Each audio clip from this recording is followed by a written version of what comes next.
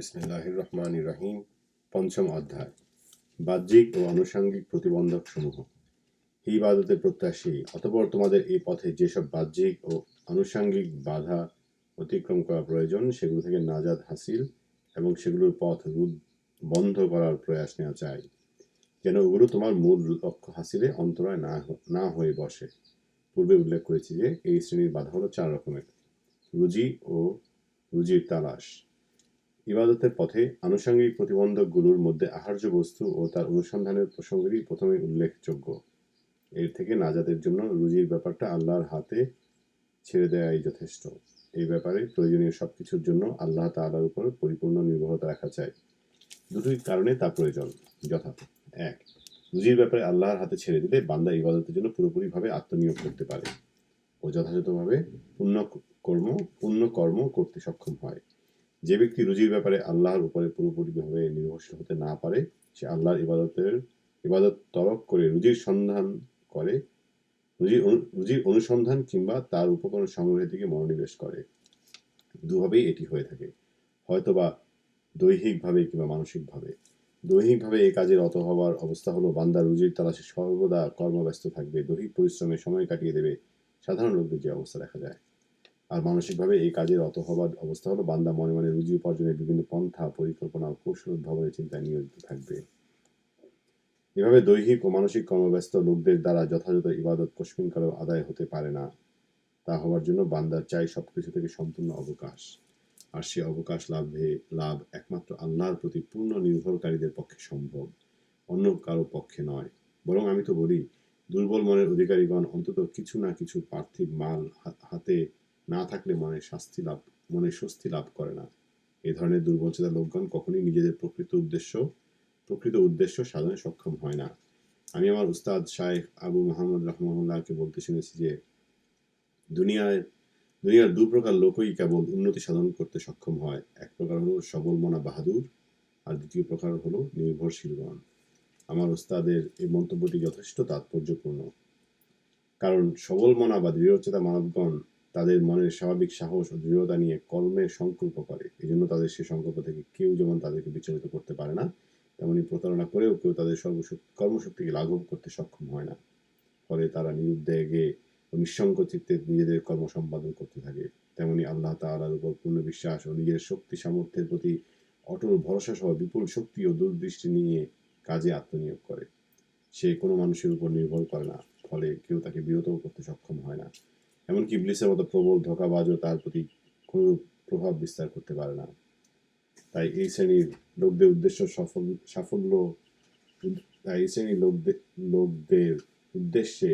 সাফল্য লাভ অবশ্যম্ভাবী এবং লক্ষ্য উপনীত হওয়া সুনিশ্চিত।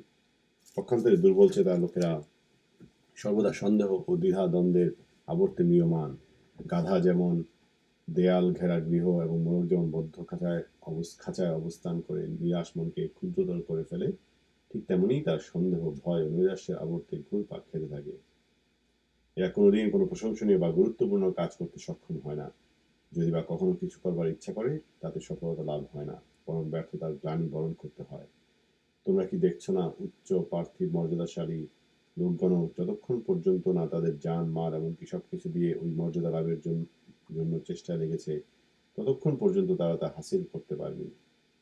এই জন্য তাদেরকে স্বীয় ধন সম্পদ, সন্তান সন্ততি ইত্যাকার সবকিছুর ভাবনা পরিত্যাগ করে শুধু নিজের উদ্দেশ্য সিদ্ধির পথে আত্মনিয়োগ করতে হবে। দুনিয়ার যত প্রবল প্রতাপশালী রাজা বাদশাহ, তারা কেউ বা ভীষণ যুদ্ধ বিগ্রহ ও আপ্রাণ চেষ্টা সাধ্য করে, কেউ বা তাদের বিরুদ্ধ শক্তিকে নির্মূল করে রাজত্ব বা বাদশাহী লাভ এ সক্ষম হয়েছে। বর্ণিত রয়েছে, সিফফিনের যুদ্ধক্ষেত্রে যখন আমির মুআবিয়া রাদিয়াল্লাহু তাআলা আনহু ও হযরত আলী রাদিয়াল্লাহু তাআলা আনহু এর সৈন্যগণ পরস্পর মুখোমুখি দাঁড়িয়ে, তখন আমির মুআবিয়া রাদিয়াল্লাহু তাআলা আনহু তার সেনাদলকে লক্ষ্য করে বলেছিলেন, যারা কোনো বড় কার্য সাধন করতে চায় তাদেরকে ঠিক ততখানি কঠিন অবস্থার সাথে মোকাবিলা করে কামিয়াব হতে হয়। আমরা জলস্থলের ব্যবসায়ীগণকে দেখি, তারা জলপথে কিংবা স্থলপথে দীর্ঘ দূরত্ব অতিক্রম করে সম্পদ ও পণ্য আমদানি রপ্তানির উদ্দেশ্যে দুঃসাহসিক অভিযান চালায়। তাদের সম্মুখে শুধু দুটো পথই খোলা থাকে, হয় তারা পূর্ণ লাভবান হয়ে ঘরে ফিরে আসে, নতুবা দুর্গম পথেই প্রাণ বিসর্জন দেয়। এরূপ কঠিন ঝুঁকি বরণ করেই তারা অজস্র সম্পদ অর্জন করে। পক্ষান্তরে যে সকল দুর্বল চেতা ব্যবসায়ী তাদের ধন সম্পদ ও মূলধন এরূপ ঝুঁকির পথে বা নাগালের বাইরে প্রয়োগে রাজি নয়, বরং যাদের যাতায়াত শুধু গৃহ এবং দোকান পর্যন্ত সীমিত, তারা কুশমিনকালে আমির উমরাদের মতো রাজপ্রাসাদ নির্মাণে সক্ষম হয় না। তারা কোনো মতে নিকটবর্তী বাজারের সামান্য আয় উপার্জনকেই যথেষ্ট মনে করে। এরা শুধু তাদের সুপরিচিত ও অনায়াসগম্য স্থান ছাড়া অন্য কোথাও গমন করতে সাহসী হয় না। পরকাল আকাঙ্ক্ষী লোকদের মূলধন হলো শুধু আল্লাহর উপর নির্ভরতা।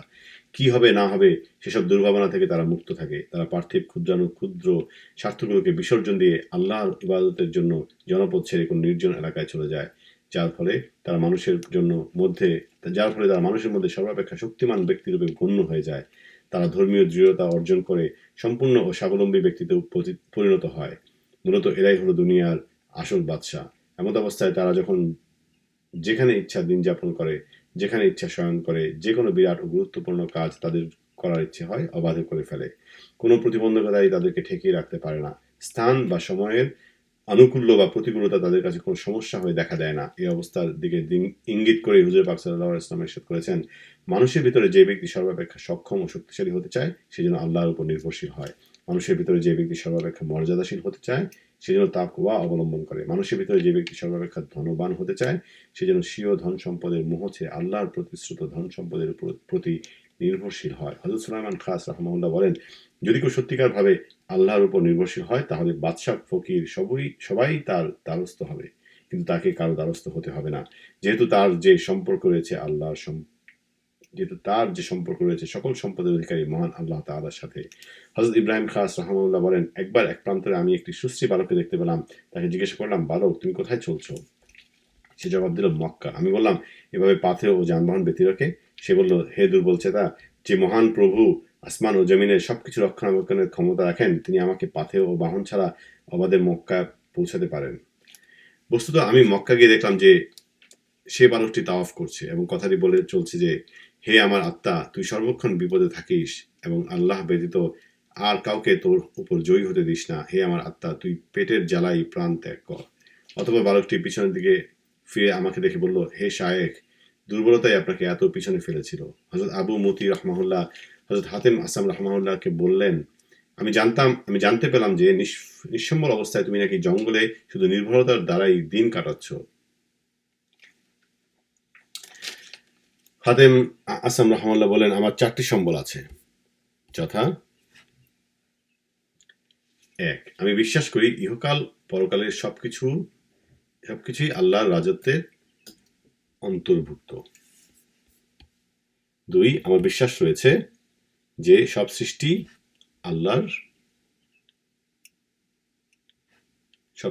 আল্লাহর দাসত্ব ও প্রতিপালন ব্যবস্থার আওতাধীন। 3. আমি জানি যে সব রুজি ও উপায় উপকরণে আল্লাহর হাত বর্তমান। 4. আর আমি এও জানি যে গোটা দুনিয়ায় আল্লাহর নির্দেশ ও বিধিবিধানের অধীন। এক ব্যক্তি ভারী সুন্দর করেই বলেছেন যে, দুনিয়া তরফকারীদের আমি খুবই আরাম আয়েশে লিপ্ত ও খোশ খেয়ালে দেখি। তাদের অন্তর দুনিয়ার সাথে তামাশা করে চলছে। যখন তুমি তাদের দিকে চোখ তুলে তাকাবে দেখবে তারা রাজার হারে কাল কাটাচ্ছে, কিন্তু তাদের বৈশিষ্ট্য হলো দারিদ্র বা জরাজীর্ণ অবস্থা। এ ব্যাপারে রুজি রোজগারে ভাবনা মুক্তি। আল্লাহ তাআলার উপর নির্ভর করার দ্বিতীয় কারণ হলো, আল্লাহর উপর নির্ভরতা যদি পরিত্যক্ত হয় বিপদে আশঙ্কা অধিক এবং মহাসংকটে পতিত হওয়ার আশঙ্কা থাকে। আল্লাহ তাআলা কি সৃষ্ট জীবের সাথে তার রিজিককে সংশ্লিষ্ট করে দেননি? তিনি বলেছেন, খলাকাকুম সুম্মা রাযাকাকুম, অর্থাৎ তোমাদেরকে সৃষ্টি করেছি, অনন্ত তোমাদেরকে রুজি দান করেছি। কথাটা তো সুস্পষ্ট হয়ে গেল যে আল্লাহ ব্যতীত অন্য কেউ রুজি দানকারী নেই। তিনি সবাইকে সৃষ্টি করেছেন। এই কথা বলেই তিনি ক্ষান্ত হননি, বরং রুজি প্রদানের ক্ষেত্রে তিনি নিজের দায়িত্বের কথাও ঘোষণা করেছেন। তিনি বলেন, ইন্নাল্লাহা হুয়ার রাজ্জাক, অর্থাৎ আল্লাহ স্বয়ং সবাইকে রুজি প্রদান করেন। এই ওয়াদার পর তিনি স্বীয় জিম্মাদারির কথাও ঘোষণা করেছেন, তথা ওয়ামা মিন দাব্বাতিন ফিল আরদি ইল্লা আলাল্লাহি রিজকুহা, অর্থাৎ এই জগতে অবস্থানকারী এমন কোন জীব নেই যার রিজিকের জিম্মা আল্লাহ গ্রহণ করেননি। এরপরে এই ব্যাপারে আরো অগ্রসর হয়ে তিনি শপথ করে বলছেন, ফারাব্বিস সামাই ওয়াল আরদি ইন্নাহু লাহাক্কুম মিসলা মা আন্নাকুম তানতিকুন, অর্থাৎ আসমান ও জমিনের প্রতিপালকের শপথ, নিশ্চয়ই তিনি এমন সত্য তোমাদের কথাবার্তা বলাটা যেরূপ সত্যি। এতেও আল্লাহ তাআলা যথেষ্ট মনে না করে বান্দাকে পূর্ণ নির্ভরশীলতার নির্দেশ দিয়েছেন, যথা ওয়াতাওয়াক্কাল আলাল্লাহিল হাইয়্যিল্লাযী লা ইয়ামুত, অর্থাৎ সেই আল্লাহর উপর ভরসা করো যার মৃত্যু নেই। তিনি বান্দাকে সাবধান করে তার প্রতিপালকের উপর নির্ভর করা সম্পর্কে আরো বলেছেন, যথা ওয়া আলাল্লাহি ফাতাওয়াক্কালু ইন কুনতুম মুমিনিন, অর্থাৎ তোমরা যদি ঈমানদার হয়ে থাকো তবে আল্লাহ তাআলার উপর নির্ভরশীল হও। আল্লাহর এসব উক্তি ও তামবিদ তাকিদের উপরও কি বিশ্বাস করা যাবে না? নাউজুবিল্লাহ। এত কথার পরেও কি তাকে রুজির জিম্মাদার ভেবে নিশ্চিন্ত হওয়া যাবে না? যদি না যায় তাহলে তাকে বিপদ আপদ ও অশুভ পরিণাম থেকে কে বাঁচাতে পারবে? আল্লাহর কসম, প্রতিপালকের উপর নির্ভরশীলতার অভাব এক মারাত্মক বিপদ, অথচ আমরা এ ব্যাপারে একেবারে উদাসীন। একবার মহান নূর নবী হযরত মুহাম্মদ সাল্লাল্লাহু আলাইহি ওয়াসাল্লাম আব্দুল্লাহ ইবনে উমর রাদিয়াল্লাহু তাআলা আনহু এর কাছে জিজ্ঞাসা করলেন, তুমি যখন এমন লোকদের মাঝে অবস্থান করবে যারা দুর্ভিক্ষের ভয়ে গোপনে সারা বছরের খাদ্য সংগ্রহে ব্যাপৃত থাকবে, তখন তুমি কি করবে? হযরত হাসান বসরি রাহমাহুল্লাহ বলেন, আল্লাহ তাআলা সে জাতির উপর এই অভিশাপ নাজিল করেন যারা স্বীয় প্রতিপালক প্রদত্ত প্রতিশ্রুতির প্রতি আস্থা রাখে না। আসমান ও জমিনের প্রতিপালকের শপথ, নিশ্চয়ই তিনি সত্য মহাপ্রভু, যেভাবে তোমাদের কথাবার্তা বলাটা সত্যি।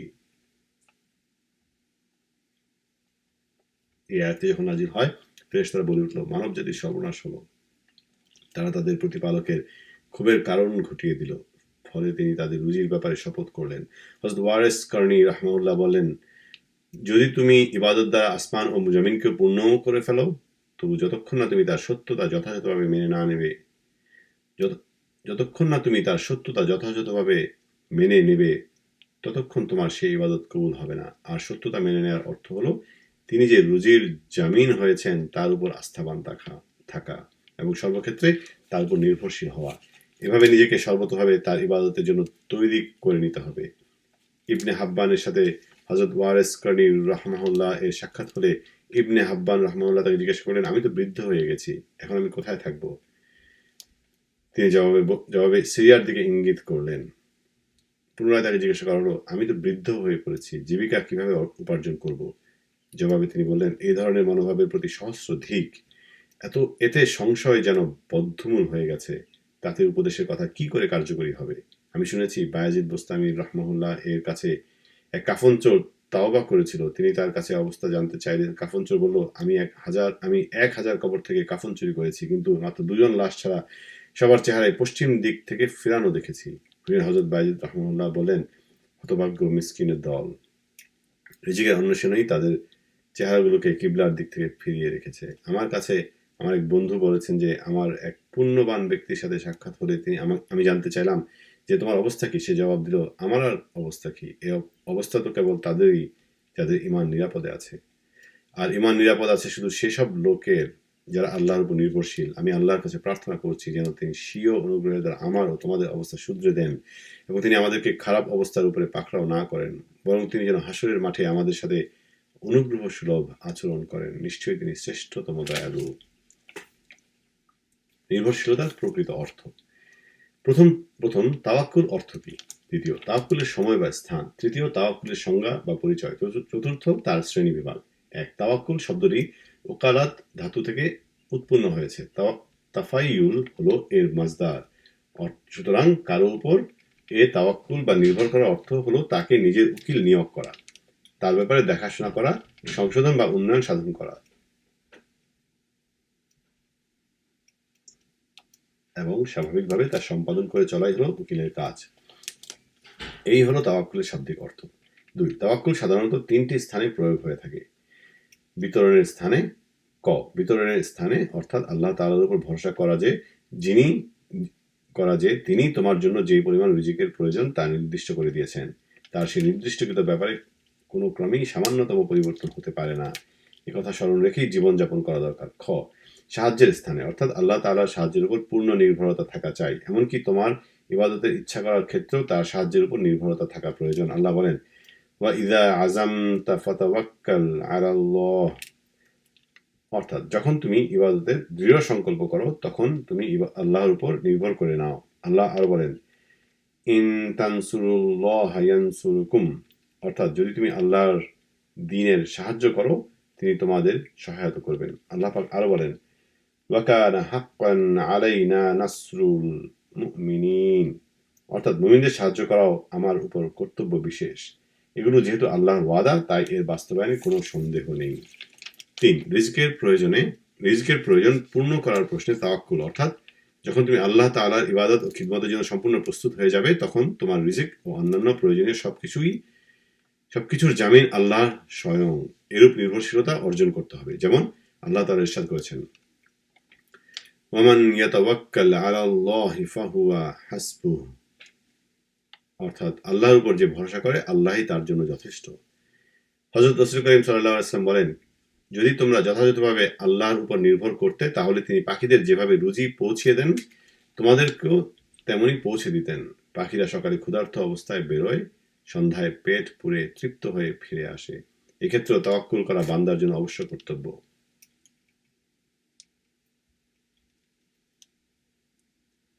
কারণ এক্ষেত্রে তাওয়াক্কুল করার বিষয় যুক্তি ও শরীয়ত উভয় দিক থেকেই প্রমাণিত। তাছাড়া রিজিক ও অন্যান্য প্রয়োজনের ব্যাপারে আল্লাহর প্রতি ভরসা করা বেশি দরকার। সেক্ষেত্রে তাওয়াক্কুলই অধিক গুরুত্বপূর্ণ। এই অধ্যায়ে আলোচনার বিষয়বস্তু তাই। সুতরাং রিজিকের ব্যাপারে নির্ভর করাই হলো প্রকৃত নির্ভরতা। রিজিকের অর্থ বলতে এখানে সেই রিজিককেও বোঝানো হয়েছে যে এখানে সেই রিজিককেও বোঝানো হয়েছে, যা উলামায়ে কিরামগণ বর্ণনা করেছেন। তবে রিজিকের প্রকারসমূহ বর্ণনার পূর্বে বিষয়টি উপলব্ধি করা প্রয়োজন। বিষয়টি উপলব্ধি করা কঠিন, তাই সেই প্রকারগুলো এর বিষয় এখানে আলোচিত হচ্ছে। রিজিক 4 ধরনের, যথা রিজকে মাজমুন, রিজকে মাকসুম, রিজকে মামলুক এবং রিজকে মাউদুদ। রিজকে মাজমুন, যা খেয়ে মানুষ মোটামুটি ভাবে বেঁচে থাকে। আল্লাহ তাআলা যে রিজিকের জিম্মাদারি করে নিয়েছেন, এটাই সেই শ্রেণীর রিজিক। যুক্তি ও শরীয়তের প্রমাণাদি অনুযায়ী এই শ্রেণীর রিজিকের ব্যাপারে আল্লাহর উপর ভরসা করা ওয়াজিব। তার কারণ হলো আল্লাহ তাআলা মানুষের শরীরকে তার ইবাদতের জন্য বানিয়েছেন। সুতরাং শরীরকে তার উপযোগী করে রাখার জন্য যতটুকু রিজিকের প্রয়োজন, ততটুকু রিজিকের দায়িত্ব অবশ্যই আল্লাহ তাআলা নিয়েছেন। তাহলেই আল্লাহর মানুষ সৃষ্টির মূল উদ্দেশ্য সাধিত হবে। কারামিয়ার কোন এক বুজুর্গ এই ব্যাপারে সুন্দর একটি বর্ণনা দিয়েছেন। তিনি বলেন যে 3টি কারণে আল্লাহর উপর বান্দার রিজিকের জিম্মাদারি বর্তে। প্রথমত, তিনি প্রভু এবং আমরা তার দাস। প্রভুর উপর দাসের ন্যূনতম প্রয়োজন মেটানো অবশ্য কর্তব্য, যেমন দাসের জন্য প্রভুর সেবা করা অবশ্য কর্তব্য। দ্বিতীয়ত, আল্লাহ বান্দাকে রিজিকের মুখাপেক্ষা করে সৃষ্টি করেছেন, অথচ রিজিক অর্জনের কোনো পন্থা বা উপায় বাদ দিয়ে দেননি। বান্দা জানেই না কিসে তাদের রিজিক আছে, তাদের রিজিক কি করে তা পাওয়া যাবে। সুতরাং আল্লাহর জন্য বান্দার ন্যূনতম প্রয়োজনীয় রিজিকের ব্যবস্থা করা অপরিহার্য। তৃতীয়ত, আল্লাহ তাআলা তার বান্দাকে ইবাদতের জন্য সৃষ্টি করেছেন, অথচ রিজিকের অনুসন্ধান তাতে বাধার সৃষ্টি করে, ইবাদত করা কঠিন হয়ে পড়ে। তাই আল্লাহর জন্য বান্দার রুজির ব্যাপারে প্রয়োজন মিটিয়ে দেয় অপরিহার্য হয়ে পড়ে। তা না হলে বান্দার ইবাদতে লিপ্ত থাকা অসম্ভব হয়ে দেখা দেয়। অবশ্য এসব কথা তারাই বলে থাকে যারা আল্লাহর ভেদ সম্পর্কে অবগত নয়। বান্দার রিজিক দেয়া যারা আল্লাহর প্রতি অপরিহার্য বা ওয়াজিব মনে করে, তারা ভ্রান্ত। আমি দর্শন শাস্ত্র আলোচনা এর ক্ষেত্রে এর অসারতা ও কুফল সম্পর্কে উল্লেখ করেছি। এখানে ততটা বিস্তারিত আলোচনা না করে শুধু সংক্ষেপে মূল বিষয়টুকু আলোচনা করছি। রিজকে মাকসুম, এটা হলো সেই রিজিক যা আল্লাহ তাআলা প্রত্যেকের জন্য বন্টন করে দিয়েছেন এবং লাওহে মাহফুজে লিখে রেখেছেন। যার জন্য যতটুকু নির্ধারণ করে রাখা হয়েছে, তার থেকে এতটুকু মাত্রা কম বেশি হবে না। এমনকি যখন যার পাওয়ার, তার থেকে এতটুকু মাত্র আগে পরেও হবে না। একেবারে সুনির্দিষ্ট সময় মোতাবেক পরিমাণ মতো যারটা সে পেয়ে যাবে। হযরত রাসূল করিম সাল্লাল্লাহু আলাইহি ওয়াসাল্লাম বলেন, রিজিক লিপিবদ্ধ রয়েছে, সে ব্যাপারে ভাবনা চিন্তার কিছু নেই। ফারাগাত হাসিল হয়েছে, কোনো পুণ্যবানের পুণ্য তা কিছু বৃদ্ধি করতে পারবে না এবং কোনো অসদাচারীর অন্যায় কাজ তা কিছু কমাতেও পারবে না। রিজকে মামলুক, এটা হলো এই ধরনের রুজি যে বান্দা তার কর্ম দ্বারা দুনিয়াবী রিজকের একটি অংশের অধিকার লাভ করে। আল্লাহ বলেন, আনফিকু মিম্মা রাযাকনাকুম, অর্থাৎ আমি তোমাদের যে রিজকের মালিক করেছি তা থেকে খরচ করো। রিজকে মাউদুদ, আল্লাহ তাআলা মুত্তাকি খোদাভীরু বান্দার জন্য তাকওয়ার শর্ত সাপেক্ষে নিশ্চিতভাবে বিনা চেষ্টায় যে রিজিক দানের প্রতিশ্রুতি করেছেন। যেমন আল্লাহ বলেন, ওয়ামান ইয়াত্তাকিল্লাহু ইয়াজআল লাহু মাখরাজাও ওয়া ইয়ারযুকহু মিন হাইসু লা ইয়াহতাসিবু, অর্থাৎ যে ব্যক্তি আল্লাহকে ভয় করে, আল্লাহ তাকে বিপদ মুক্ত থাকার পথ খুলে দেন এবং তাকে অভাবনীয়ভাবে রিজিক প্রদান করেন। এ হলো রিজিকের 4টি প্রকার। এর ভিতরে প্রথম প্রকার তথা রিজকে মাজমুনের জন্য শুধু তাওয়াক্কুল ওয়াজিব। তাওয়াক্কুল বা নির্ভরতার সংজ্ঞা। তাওয়াক্কুলের সংজ্ঞা বা পরিচয়ের ক্ষেত্রে মাশায়েখ এর তরিকতগণ বিভিন্ন মত পোষণ করেন। কোনো কোনো মাশায়েখ বলেন, সবকিছু থেকে মুখ ফিরিয়ে এবং সম্পূর্ণ সম্পর্ক ছিন্ন করে শুধুমাত্র আল্লাহর দিকে মন আবদ্ধ করাকে বলে তাওয়াক্কুল। অপর কতক বুজুর্গ বলেন, যথাসময়ে অন্য কোনো বস্তুর সাথে সম্পর্ক ছিন্ন করে দিয়ে অন্তরে আল্লাহর সাথে সম্পর্ক স্থাপন করাই হলো তাওয়াক্কুল। শায়েখ আবু আমর রাহমাহুল্লাহ বলেন, আল্লাহ ব্যতীত অন্য সব কিছুর সাথে সম্পর্ক ছিন্ন করার নামই তাওয়াক্কুল। আর তায়াল্লুক সম্পর্ক অর্থ হলো আল্লাহ ব্যতীত অন্য কোনো বস্তুর সাথে নিজেকে যুক্ত করা। আমার ওস্তাদ বলেন, তাওয়াক্কুল ও তাওয়াল্লুক দুটো কথার মধ্যে তাওয়াক্কুল হলো আল্লাহর সাথে সম্পর্কের ভিত্তিতে নিজের থাকা খাওয়ার ভাবনা করা, আর তাওয়াল্লুক হলো আল্লাহ ছাড়া অন্য কোনো বস্তুর সাথে সম্পর্কের ভিত্তিতে নিজের থাকা খাওয়ার ভাবনা করা। আমার মতে এছাড়া অন্যান্য সব অভিমতগুলোই মূলত এক। তাহলে অন্তরে এই বিশ্বাস মজবুত করে নেবে যে আমার জীবনের সমস্ত দুর্যোগ দুর্ভাবনার বিলুপ্তি কেবল আল্লাহর সাহায্যেই হতে পারে।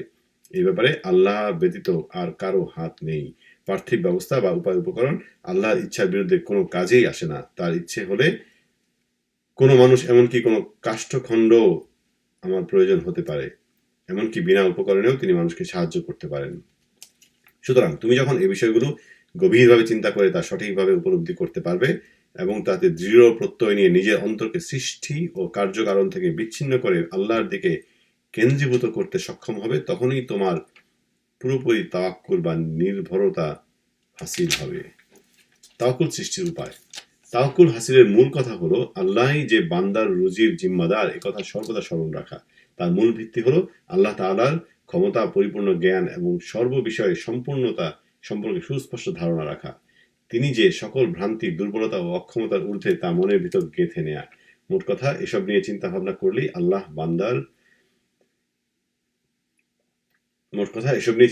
করলেই বান্দা আল্লাহর উপর নির্ভর করতে উদ্বুদ্ধ হবে। এখন প্রশ্ন হলো, বান্দাকে রুজি অর্জনের জন্য প্রয়াস চালাতে হবে কি না?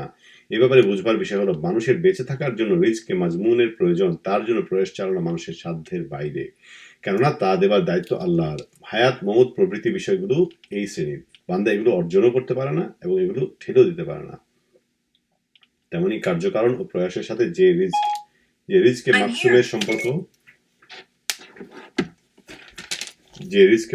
সম্পর্ক বান্দার তাও বর্জন করার বন্ধ করার প্রয়োজন করে না। তার প্রয়োজনে রয়েছে শুধু রিজকে মাজমুন এর, আর তা দেবার দায়িত্ব স্বয়ং আল্লাহ গ্রহণ করেছেন। এখন একটা প্রশ্ন উঠে যে আল্লাহ তাআলা ইরশাদ করেছেন, ওয়াবতাগু মিন ফাদলিল্লাহ, অর্থাৎ আল্লাহর অবদান অন্বেষণ করো। এর অর্থ কি? এর অর্থ হলো জ্ঞান ও সওয়াবের কাজ অন্বেষণ করা। অবশ্য যদি এর অর্থ অন্যরকম গ্রহণ করা হয়, তা হলেও বরঞ্চ অন্বেষণ বা তলব করা জায়েজ এবং সঙ্গত বলে ধরে নেওয়া যেতে পারে, কিন্তু জরুরি বা ওয়াজিব কোনো মতেই হতে পারে না। এখন যদি প্রশ্ন করা হয় যে রিজকে মাজমুন যা আল্লাহ তাআলার জিম্মায় রয়েছে তারও তো কারণ আছে, তাহলে সেই কারণ বা মাধ্যম অন্বেষণ করা আবশ্যক কিনা? এর উত্তর হলো না। কারণ বা মাধ্যম অন্বেষণ করা আবশ্যক নয়, কারণ আল্লাহ কারণে অকারণে বা যে কোনো ভাবেই তা দেবার ক্ষমতা রাখেন। সুতরাং বান্দার কারণ নিয়ে মাথা ঘামাবার কোনো প্রয়োজনই নেই। তাছাড়া আল্লাহ তাআলা তলব বা চেষ্টার শর্ত ছাড়াই তার জিম্মাদারি গ্রহণ করেছেন। আল্লাহ বলেন, ওয়ামা মিন দাব্বাতিন ফিল আরদি ইল্লা আলাল্লাহি রিজকুহা, অর্থাৎ জমিনে বিচরণকারী এমন কোনো প্রাণী নেই যার রিজিকের জিম্মা আল্লাহর উপর নয়। যে বান্দার জানা নেই কিভাবে, কোথা থেকে আল্লাহর প্রতিশ্রুত সে রুজি আসবে, তার উপরে তা খুঁজে বেড়াবার নির্দেশ আল্লাহ কি করে দিতে পারেন? বান্দা কি করে জানবে যে কোন ধরনের কারণ সৃষ্টি করতে হবে সে রুজির জন্য? বান্দার প্রাণ ধারণ ও প্রতিপালিত হবার জন্য প্রয়োজনীয় ব্যবস্থা যেহেতু আল্লাহর হাতে, তাই সেই অজানা ব্যবস্থার জন্য ঘুরে মরা কোনো ক্রমেই ঠিক হতে পারে না। স্মরণ রাখার কথা বই কি, দুনিয়ার যত নবী, রসুল ও অলি আউলিয়া তাদের অধিকাংশই রুজির সন্ধানে বের না হয়ে বরং আল্লাহর ইবাদতেই সর্বদা লিপ্ত ছিলেন। আর এই কথাটিও স্মরণ রাখতে হবে যে তারা নিশ্চয়ই এরূপ করে আল্লাহর নির্দেশ অমান্যজনিত না ফরমান হননি এবং তাদের থেকে কখনো কোনো গুনাহের কাজও প্রকাশ পায়নি। সুতরাং উপরোক্ত বিষয়গুলো সামনে রেখে বিচার বিবেচনা করলে এই কথা পরিষ্কার হয়ে ওঠে যে বান্দার জন্য রিজিকের অন্বেষণ করা যেমন জরুরিও নয়, তেমন আবার অপরিহার্যও নয়। এখন যদি প্রশ্ন করা হয় যে অন্বেষণ বা প্রয়াসের মাধ্যমে রিজিক বৃদ্ধি পায় এবং অন্বেষণের অনুপস্থিতিতে তা হ্রাস পায়, জবাবে বলছি তা কিছুতেই হয় না। কারণ হলো এটা লাউহে মাহফুজে লিখিত এবং নির্ধারিত রয়েছে, আর আল্লাহর নির্ধারিত ব্যবস্থার কোনো পরিবর্ধন বা সংকোচন নেই। সুতরাং তুমি করো বা না করো, তার দ্বারা আল্লাহর ব্যবস্থার কোনো রদবদল হওয়া সম্ভব হতে পারে না। আমাদের উলামায়ে কিরামের অভিমত হলো এই। অবশ্য হাতেম রাহমাহুল্লাহ এবং শাকিক রাহমাহুল্লাহ এর কতিপয় শাগরেদ এই কথার বিরোধিতা করে বলেন যে প্রয়াস দ্বারা রিজিকের পরিবর্তন ঘটে না ঠিকই, তবে সম্পদ বৃদ্ধি করা চলে। এই অভিমতটি আসলে ভ্রান্ত, কারণ সম্পদ কি পরিমাণ হবে তাও লাউহে মাহফুজে লিপিবদ্ধ রয়েছে, এবং এদিকে ইঙ্গিত করে আল্লাহ তাআলা ইরশাদ করেছেন, লিকাই লা তাসাউ আলা মা ফাতাকুম ওয়ালা তাফরাহু বিমা আতাকুম। অর্থাৎ এটা তো এজন্য রয়েছে যে যা তোমাদের কাছ থেকে চলে যায় তার জন্য দুঃখিত না হও, আর যা তোমাদেরকে দেয়া হয় তার জন্য অধিক উল্লাসিত না হও। যদি প্রয়াসের দ্বারা রিজিক বৃদ্ধি পেত ও প্রয়াসের অভাবে তা কমতো, তাহলে দুঃখ ও উল্লাস প্রকাশের অবকাশ থাকতো। তাই হুজুর পাক সাল্লাল্লাহু আলাইহি ওয়াসাল্লাম এক ভিক্ষুককে ভিক্ষা প্রার্থনার জবাবে বলেছিলেন, রে বোকা, তুমি চেষ্টা না করেও যা পাওয়ার তা পেয়ে যেতে। এখন যদি এমন প্রশ্ন উঠে যে তাহলে সওয়াব বা শাস্তিও তো লাউহে মাহফুজে লিখিত রয়েছে, তা সত্ত্বেও সওয়াব অর্জন এবং শাস্তিযোগ্য কাজ বর্জন করতে হয় কেন? তাছাড়া এই প্রশ্ন উঠতে পারে যে সওয়াব এবং শাস্তি প্রয়াসের প্রয়োগ ও অভাবে বৃদ্ধি ও হ্রাস প্রাপ্ত হয় কিনা। এর জবাব হলো এই দুটো কাজ বান্দার দায়িত্বে দেওয়া হয়েছে। আল্লাহ সেজন্য তাদেরকে উদ্বুদ্ধ এবং সাবধান করেছেন। তিনি বান্দাকে অবহিত করেছেন, পুণ্যের কাজ করা তোমাদের জন্য অপরিহার্য, তেমনি শাস্তির কাজ বর্জন করা তোমাদের জন্য অপরিহার্য। সুতরাং বোঝা গেল পাপ পুণ্য বাড়ানো কমানো বান্দার ইচ্ছাধীন ও অধিকারভুক্ত। রিজিক এবং সওয়াব শাস্তি এ দুটো বস্তুই লাউহে মাহফুজে লিখিত থাকলেও এতদূর ভয়ের মধ্যে একটি সূক্ষ্ম পার্থক্য রয়েছে। আলোচনার মাধ্যমে তা বোধগম্য হবে। উলামায়ে কেরাম বলেন, লাউহে মাহফুজে লিখিত বিষয়বস্তু দু ধরনের হয়ে থাকে। কতগুলো হলো বান্দার সাথে সম্পর্ক এবং শর্তহীন। তোমরা কি লক্ষ্য করনি যে আল্লাহ তাআলা আয়ু সম্পর্কে উল্লেখ করতে গিয়ে কিরূপ বিনা শর্ত প্রয়োগে সরাসরিভাবে বর্ণনা করেছেন, فإذا جاء أجلهم لا يستأخرون ساعة ولا يستقدمون। অর্থাৎ যখন তাদের মৃত্যু উপস্থিত হবে তখন তা এক মুহূর্ত পরেও হবে না, এক মুহূর্ত আগেও হবে না। ঠিক একইভাবে রিজিক সম্পর্কেও এরশাদ রয়েছে, ওয়ামা মিন দাবাতি ফিল আরদি ইল্লা আলাল্লাহি রিজকুহা।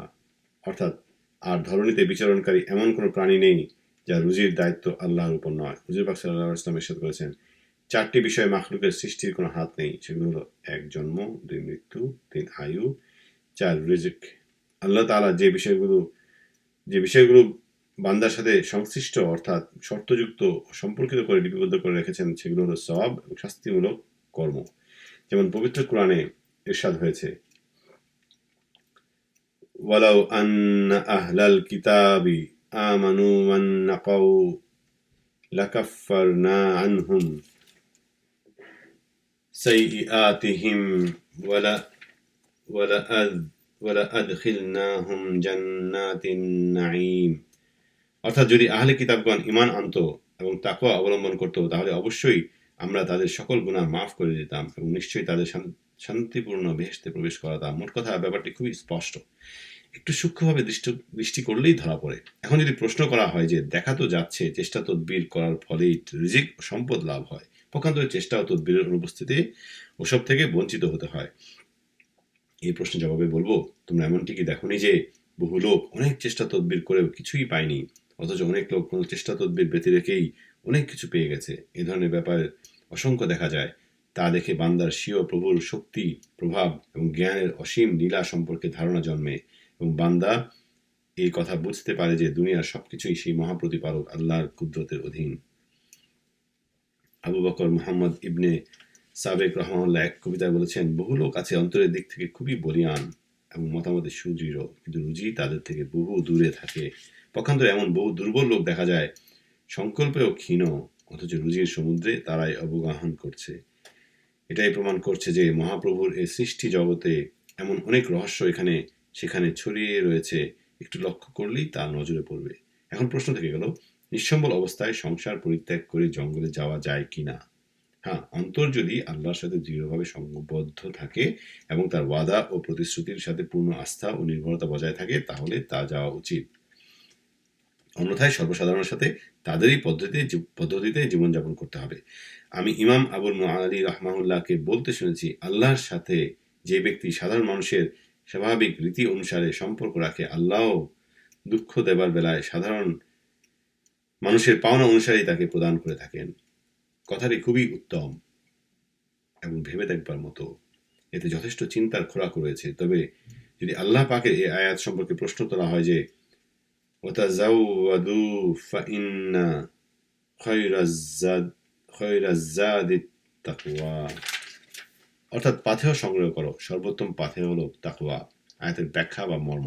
এই আয়াতের মর্ম নিয়ে আলিমদের ভিতরে মতভেদ রয়েছে। একদল বলেন যে পাথেয় বলতে এখানে পরকালের পাথেয় বোঝানো হয়েছে, আর এই জন্যই বলা হয়েছে যে উত্তম পাথেয় হলো তাকওয়া, পার্থিব সম্বলের কথা বলা হয়নি। আরেকদল বলেন এক শ্রেণীর লোক অপর লোকের উপর নির্ভর করে নিজেদের জন্য কোনো পাথেয় না নিয়ে হজ যাত্রা করত। পথে পথে তারা মানুষের কাছে নিজেদের জন্য ভিক্ষাবৃত্তি চালাতো, আর এরূপ বলতো কিছু নেই, কিছুই নিয়ে আসেনি। এ ধরনের অনুরোধ অনুযোগ এবং বারবার প্রার্থনা করে মানুষকে কষ্ট দিত। এই অবস্থার প্রেক্ষিতে পাথেয় সঙ্গে নেওয়ার নির্দেশ দেওয়া হয়েছে। অবশ্য সাথে সাথেই আবার এরূপ সতর্কও করে দেওয়া হয়েছে যে মানুষের পাথেয় ও মানুষের উপর ভরসা করা অপেক্ষা পরম প্রভু আল্লাহ তাআলা হতে প্রাপ্ত পাথেয় খুব বেশি উত্তম। এরপর আবার প্রশ্ন থেকে যায় যে মুতাওয়াক্কিল অর্থাৎ আল্লাহর প্রতি পূর্ণ নির্ভরকারী ব্যক্তির পক্ষে ভ্রমণে পাথেয় সঙ্গে নেওয়া উচিত কিনা। এই প্রশ্নের জবাবে বলবো, এই ধরনের লোকগণ কখনো কখনো সঙ্গে প্রয়োজনীয় জিনিসপত্র রাখেন ঠিকই, কিন্তু তা বলে তাদের অন্তর সেগুলোর সাথে সংশ্লিষ্ট থাকে না। তারা কখনো এরূপ চিন্তা করেন না যে তাদের রিজিক তাদের সাথেই রয়েছে, এর দ্বারাই তাদের খাদ্যের ব্যবস্থা হয়ে যাবে। তাদের বিশ্বাস থাকে যে রিজিক তাদের নির্ধারিত রয়েছে এবং তা তারা পাবেনি। অন্তর তাদের আল্লাহর সাথেই সংবদ্ধ থাকে। তাদের কথা হলো রিজিক তাদের বন্টিত হয়ে আছে, তাতে কোনরূপ ব্যতিক্রম হবে না। আল্লাহ তাআলাই ভালো জানেন তাদের কার স্বাস্থ্য কোন রুজির মাধ্যমে কিরূপ রাখবেন।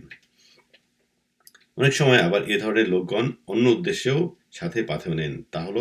তা হলো বিপদে বা প্রয়োজনে অন্য মুসলমানকে সাহায্যের সুযোগ গ্রহণ করা।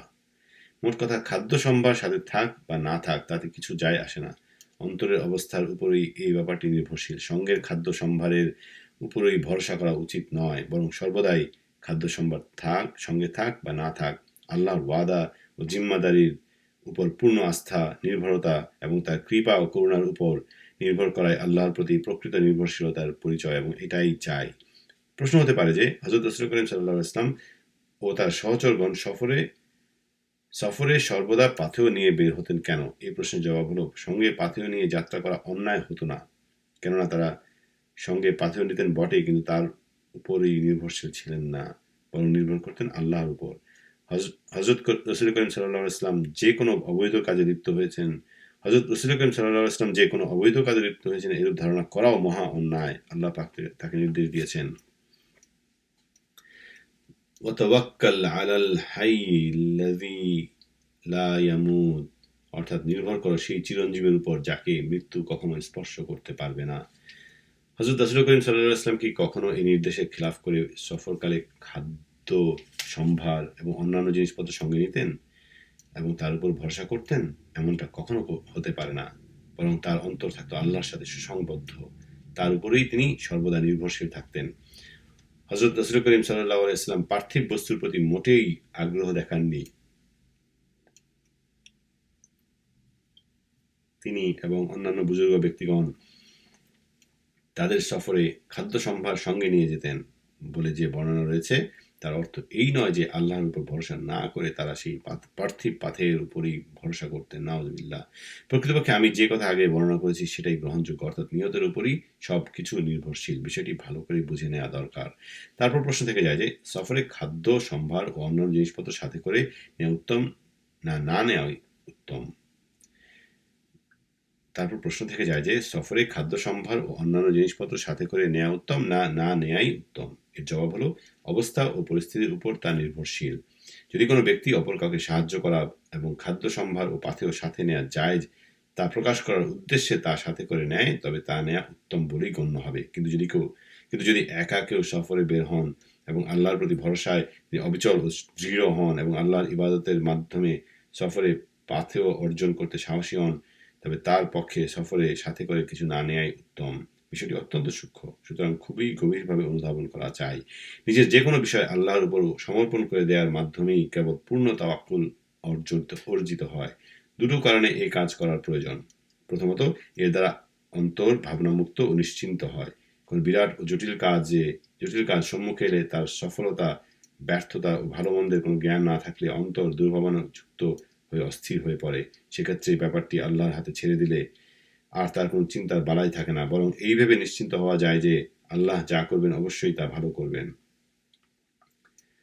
অন্তরের এই প্রশান্তি ও স্বস্তি এক মস্ত বড় নিয়ামত। আমাদের উস্তাদ অনেক সময় মজলিসে বলতেন, যিনি তোমাকে সৃষ্টি করেছেন তার হাতেই তোমার সবকিছু, কিছুই, এমনকি চেষ্টাকেও ন্যস্ত করো। আল্লাহর মর্জি অবশ্যই শান্তি ও স্বস্তি পাবে। এ সম্পর্কে তিনি কতিপয় কবিতার চরণও পাঠ করেছেন।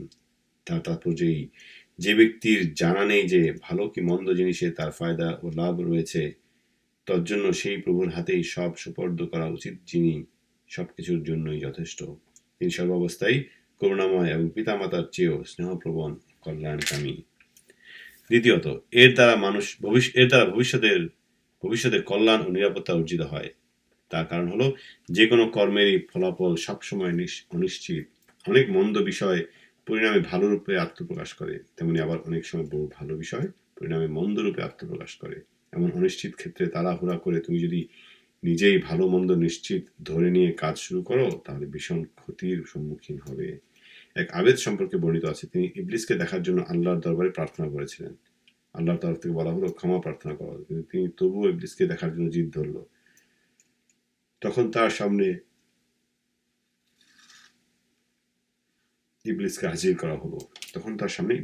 করা হলো। আবেদ তাকে মারধরের জন্য উদ্যত হলে সে বলল, আপনি যদি 100 বছর বেঁচে থাকেন তাহলে আপনার সব নেক কাজ আমি বরবাদ করে দেব।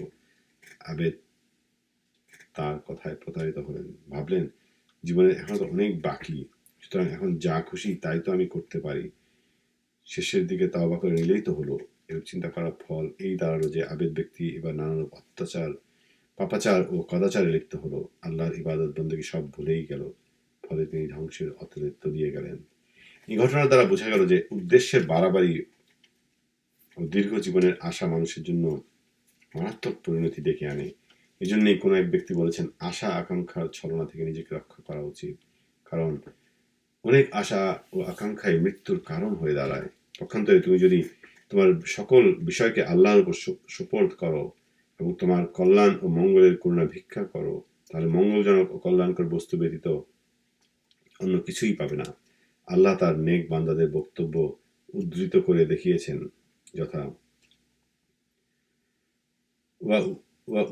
ওয়াউফাউযিদু আমরি ইলাল্লাহি ইন্নাল্লাহা বাসীরুম বিল ইবাদি ফাওয়াতাহুল্লাহু সাইয়্যাতি মা মাকারু ওয়া হাqa বিলি ফিরআউনা সুউল আযাব। অর্থাৎ আমি আমার বিষয় আল্লাহর হাতে সুপর্দ করেছি। আল্লাহ সব বান্দারই রক্ষক। অনন্তর আল্লাহ সেই মুমিনকে সেই সকল দুষ্কৃতিকারীদের ক্ষতি করার চেষ্টা থেকে নিরাপদ রাখেন, আর দলবল সব ফিরআউনকে নিক্ষেপ করেন কঠোর শাস্তিতে। অর্থাৎ আমি আমার বিষয় আল্লাহর হাতে সুপর্দ করেছি। আল্লাহ সব বান্দারই রক্ষক। অনন্তর আল্লাহ সেই মুমিনকে সেই সকল দুষ্কৃতিকারীদের ক্ষতি করার চেষ্টা থেকে নিরাপদ রাখেন, আর দলবল সহ ফিরআউনকে নিক্ষেপ করেন কঠোর শাস্তিতে। এই আয়াতের অর্থের দিকে বিশেষভাবে মনোযোগ দাও। দেখো আল্লাহ তাআলা কিভাবে তার কাছে সুপর্দকারীদের দায়িত্ব নিজ হাতে তুলে নিয়েছেন, তাদেরকে সমূহ ক্ষতি থেকে রক্ষা করেছেন, নিরাপদ রাখছেন এবং শত্রুর বিরুদ্ধে সাহায্য ও উদ্দেশ্যে সাফল্য দান করেছেন। তাফবীজের সমর্পণের তাৎপর্য ও রীতিনীতি। দুটি বিষয় আলোচনার মাধ্যমে তাফবীজ সম্পর্কিত ব্যাপারটি সুপরিস্ফুট হয়ে উঠবে। আলোচ্য বিষয়ের একটি হলো তাফবীজ বা সমর্পণের স্থান, অর্থাৎ কখন এবং কোন অবস্থায় আল্লাহর উপর নিজের ব্যাপারকে সমর্পণ করতে হয়। আর আলোচ্য বিষয়ে এর দ্বিতীয়টি হলো সমর্পণের অর্থ, পরিচয় এবং উহার বিপরীত বিষয়সমূহ। তাফবীজের ইচ্ছে সাধারণত 3 ধরনের হয়। প্রথম, যেসব ইচ্ছে বা নিয়ত মন্দ হওয়া সম্পর্কে পরিষ্কার জানা, অর্থাৎ উহা যে মন্দ তাতে কোনো সংশয় নেই, যেমন দোজখ, শাস্তি, কুফরি, বিদআত প্রভৃতি। এ ধরনের বিষয়ের সংকল্প করার মোটেই অবকাশ নেই। দ্বিতীয়ত, এমন ধরনের ইচ্ছা বা যার ভালো হওয়া সম্পর্কে সংশয়ের লেশ মাত্র নেই, যেমন বেহেশত, ইমান, নেক আমল প্রভৃতির দিকে ইচ্ছা পোষণ করা। এ ধরনের ইচ্ছা পোষণ করা অপরিহার্য। এতে আল্লাহর উপর সমর্পণ এর কোনো প্রশ্নই ওঠে না। এতে দ্বিধা সন্দেহের নাম মাত্র নেই, বরং এগুলো সন্দেহাতীত ভাবেই উত্তম। তৃতীয়ত, এমন ধরনের ইচ্ছা বা সংকল্প যেগুলোর ভালো বা মন্দ হওয়া সম্পর্কে সুনিশ্চিতভাবে জানা নেই, যেমন অতিরিক্ত বৈধ কাজের ইচ্ছা। এ ধরনের ইচ্ছার ক্ষেত্রেই তাফবিজ বা আল্লাহর প্রতি সমর্পণের প্রশ্ন আসে। এ ধরনের ইচ্ছা পোষণের আগে কল্যাণকর হবার শর্ত রাখা উচিত, আর তা রাখা হলেই আল্লাহর উপর সমর্পণ করার ব্যাপার হবে। কিন্তু যদি সেরূপ কোনো শর্ত রাখা না হয়, তাহলে সেরূপ ইচ্ছা পোষণ করা লালসা ব্যতীত অন্য কিছু নয়। এ কারণে তা নিষিদ্ধ। মোট কথা, যেখানে দ্বিধা দ্বন্দ্ব সন্দেহ রয়েছে, সেখানেই তোমার ইচ্ছাকে আল্লাহর ইচ্ছার উপর ছেড়ে দিতে হবে। তাফবিজ বা সমর্পণের অর্থ সম্পর্কে আমাদের বুজুর্গগণ বলেন, কল্যাণ অকল্যাণের প্রশ্নে সংশয়পূর্ণ ক্ষেত্রগুলোতে করা বা না করার ব্যাপারটি সেই পরম প্রভু আল্লাহ তাআলার উপর ছেড়ে দেওয়ার নামই তাফবিজ বা সমর্পণ। যে আল্লাহ তাআলা অমুখাপেক্ষী এবং সারা বিশ্বের সকল বিষয়, সকল ব্যাপারের সব দিক সম্পর্কে যিনি বিশেষভাবে বা খবর, যার মহিমা প্রকাশ পায় মাত্র কালিমা তাইয়্যিব লা ইলাহা ইল্লাল্লাহর মাধ্যমে। শায়েখ আবু মুহাম্মদ সঞ্জরি রাহমাহুল্লাহ তাফবিজের অর্থ প্রকাশ করতে গিয়ে বলেছেন, কোনো ইচ্ছা বা সংকল্প যদি বিপদাপদের সম্ভাবনাপূর্ণ হয়, তাহলে তার পরিণতি যেন উত্তম এবং কল্যাণবাহী হয়। তজ্জন্য তা পরম প্রভু আল্লাহর উপর ন্যস্ত করার নামই হলো তাফবিজ বা সমর্পণ। পক্ষান্তরে শায়েখ আবু ওমর রাহমাহুল্লাহ বলেন, সমর্পণের অর্থ লোভ বর্জন করা, আর সংশয়পূর্ণ কাজে ইচ্ছা পোষণ করার নাম লালসা। সার কথা হলো, সমর্পণ এমন সংকল্পকে বলা হয় যে কাজের কল্যাণকর হওয়ার ব্যাপারে তুমি নিশ্চিত নও, তা করার ইচ্ছে আল্লাহর সাথে জুড়ে দিয়ে কল্যাণের ব্যাপারে নিশ্চিত হবে। তাহলেই সেটা যথার্থ তাফবিজ বা সমর্পণ হবে। তাফবিজের বিপরীত বস্তু লালসা বা ক্ষোভ। সেটা আবার দু প্রকারের। এক প্রকার হলো আশা ও আকাঙ্ক্ষার অনুরূপ, যেমন নিশ্চিত কল্যাণের জন্য আশা করা।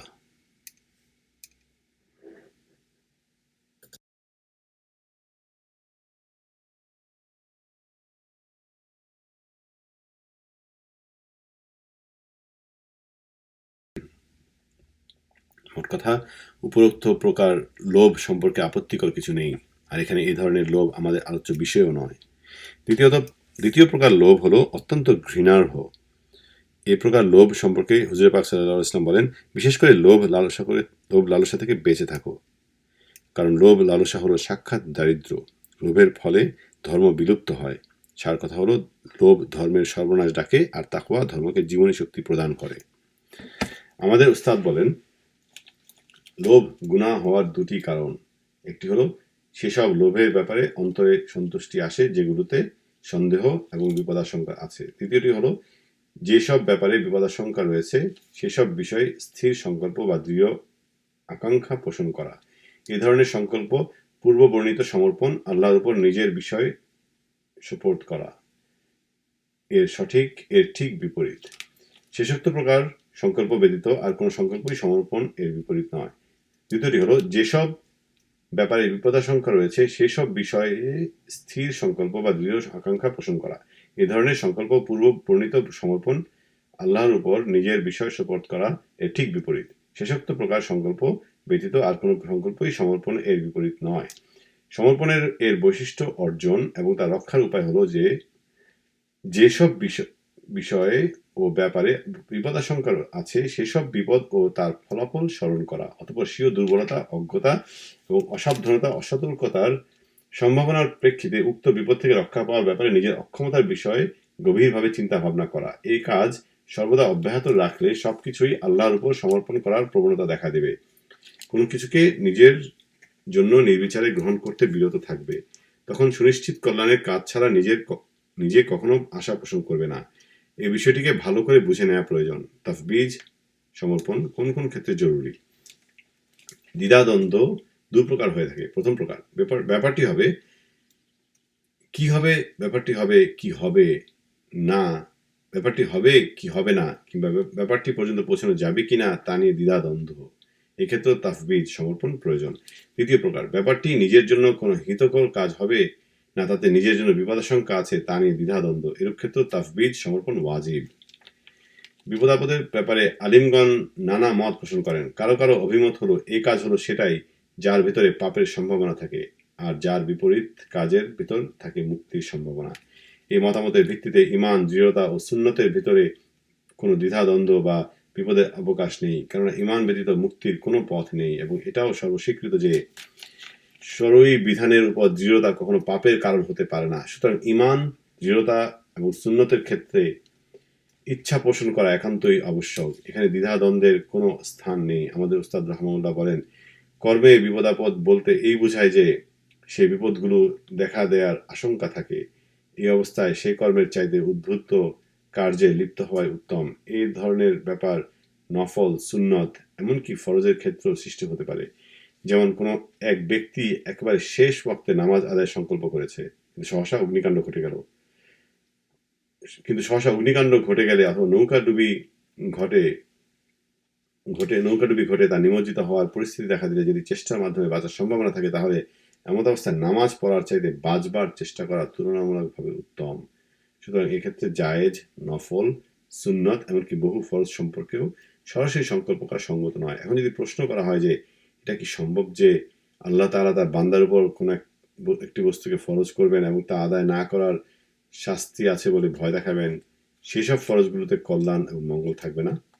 এ সম্পর্কে আমাদের উস্তাদ রাহমাহুল্লাহ বলেন, আল্লাহ তাআলা বান্দাকে এমন কোনো বিষয়ে এই নির্দেশ দেন না বিপত্তিসমূহ থেকে বিচ্ছিন্ন করা হলে যাতে আর কোনো প্রকারের কল্যাণ ও মঙ্গল নিহিত থাকবে না, আর এমন কোনো ফরজের দ্বারা বিপদাগ্রস্ত করেন না যা থেকে নিষ্কৃতির কোনোই পথ থাকবে না, বরং আল্লাহ তেমন বিষয়েই নির্দেশ দান করেন যাতে কল্যাণ ও মঙ্গল এই নির্দিষ্ট থাকে, এবং তেমনই বিষয়সমূহকেই ফরজ করে দিয়েছেন যাতে ওজর দেখা দিলে তার একটি থেকে নিষ্কৃতি লাভ করে হয়তো অপরটি সানন্দে প্রতিপালন করে যাওয়া সম্ভব হয়। অবশ্য তা একটি ফরজ পরিত্যাগের জন্য নয়, বরং অপর ফরজটি অতি উত্তম রূপে আদায়ের জন্য।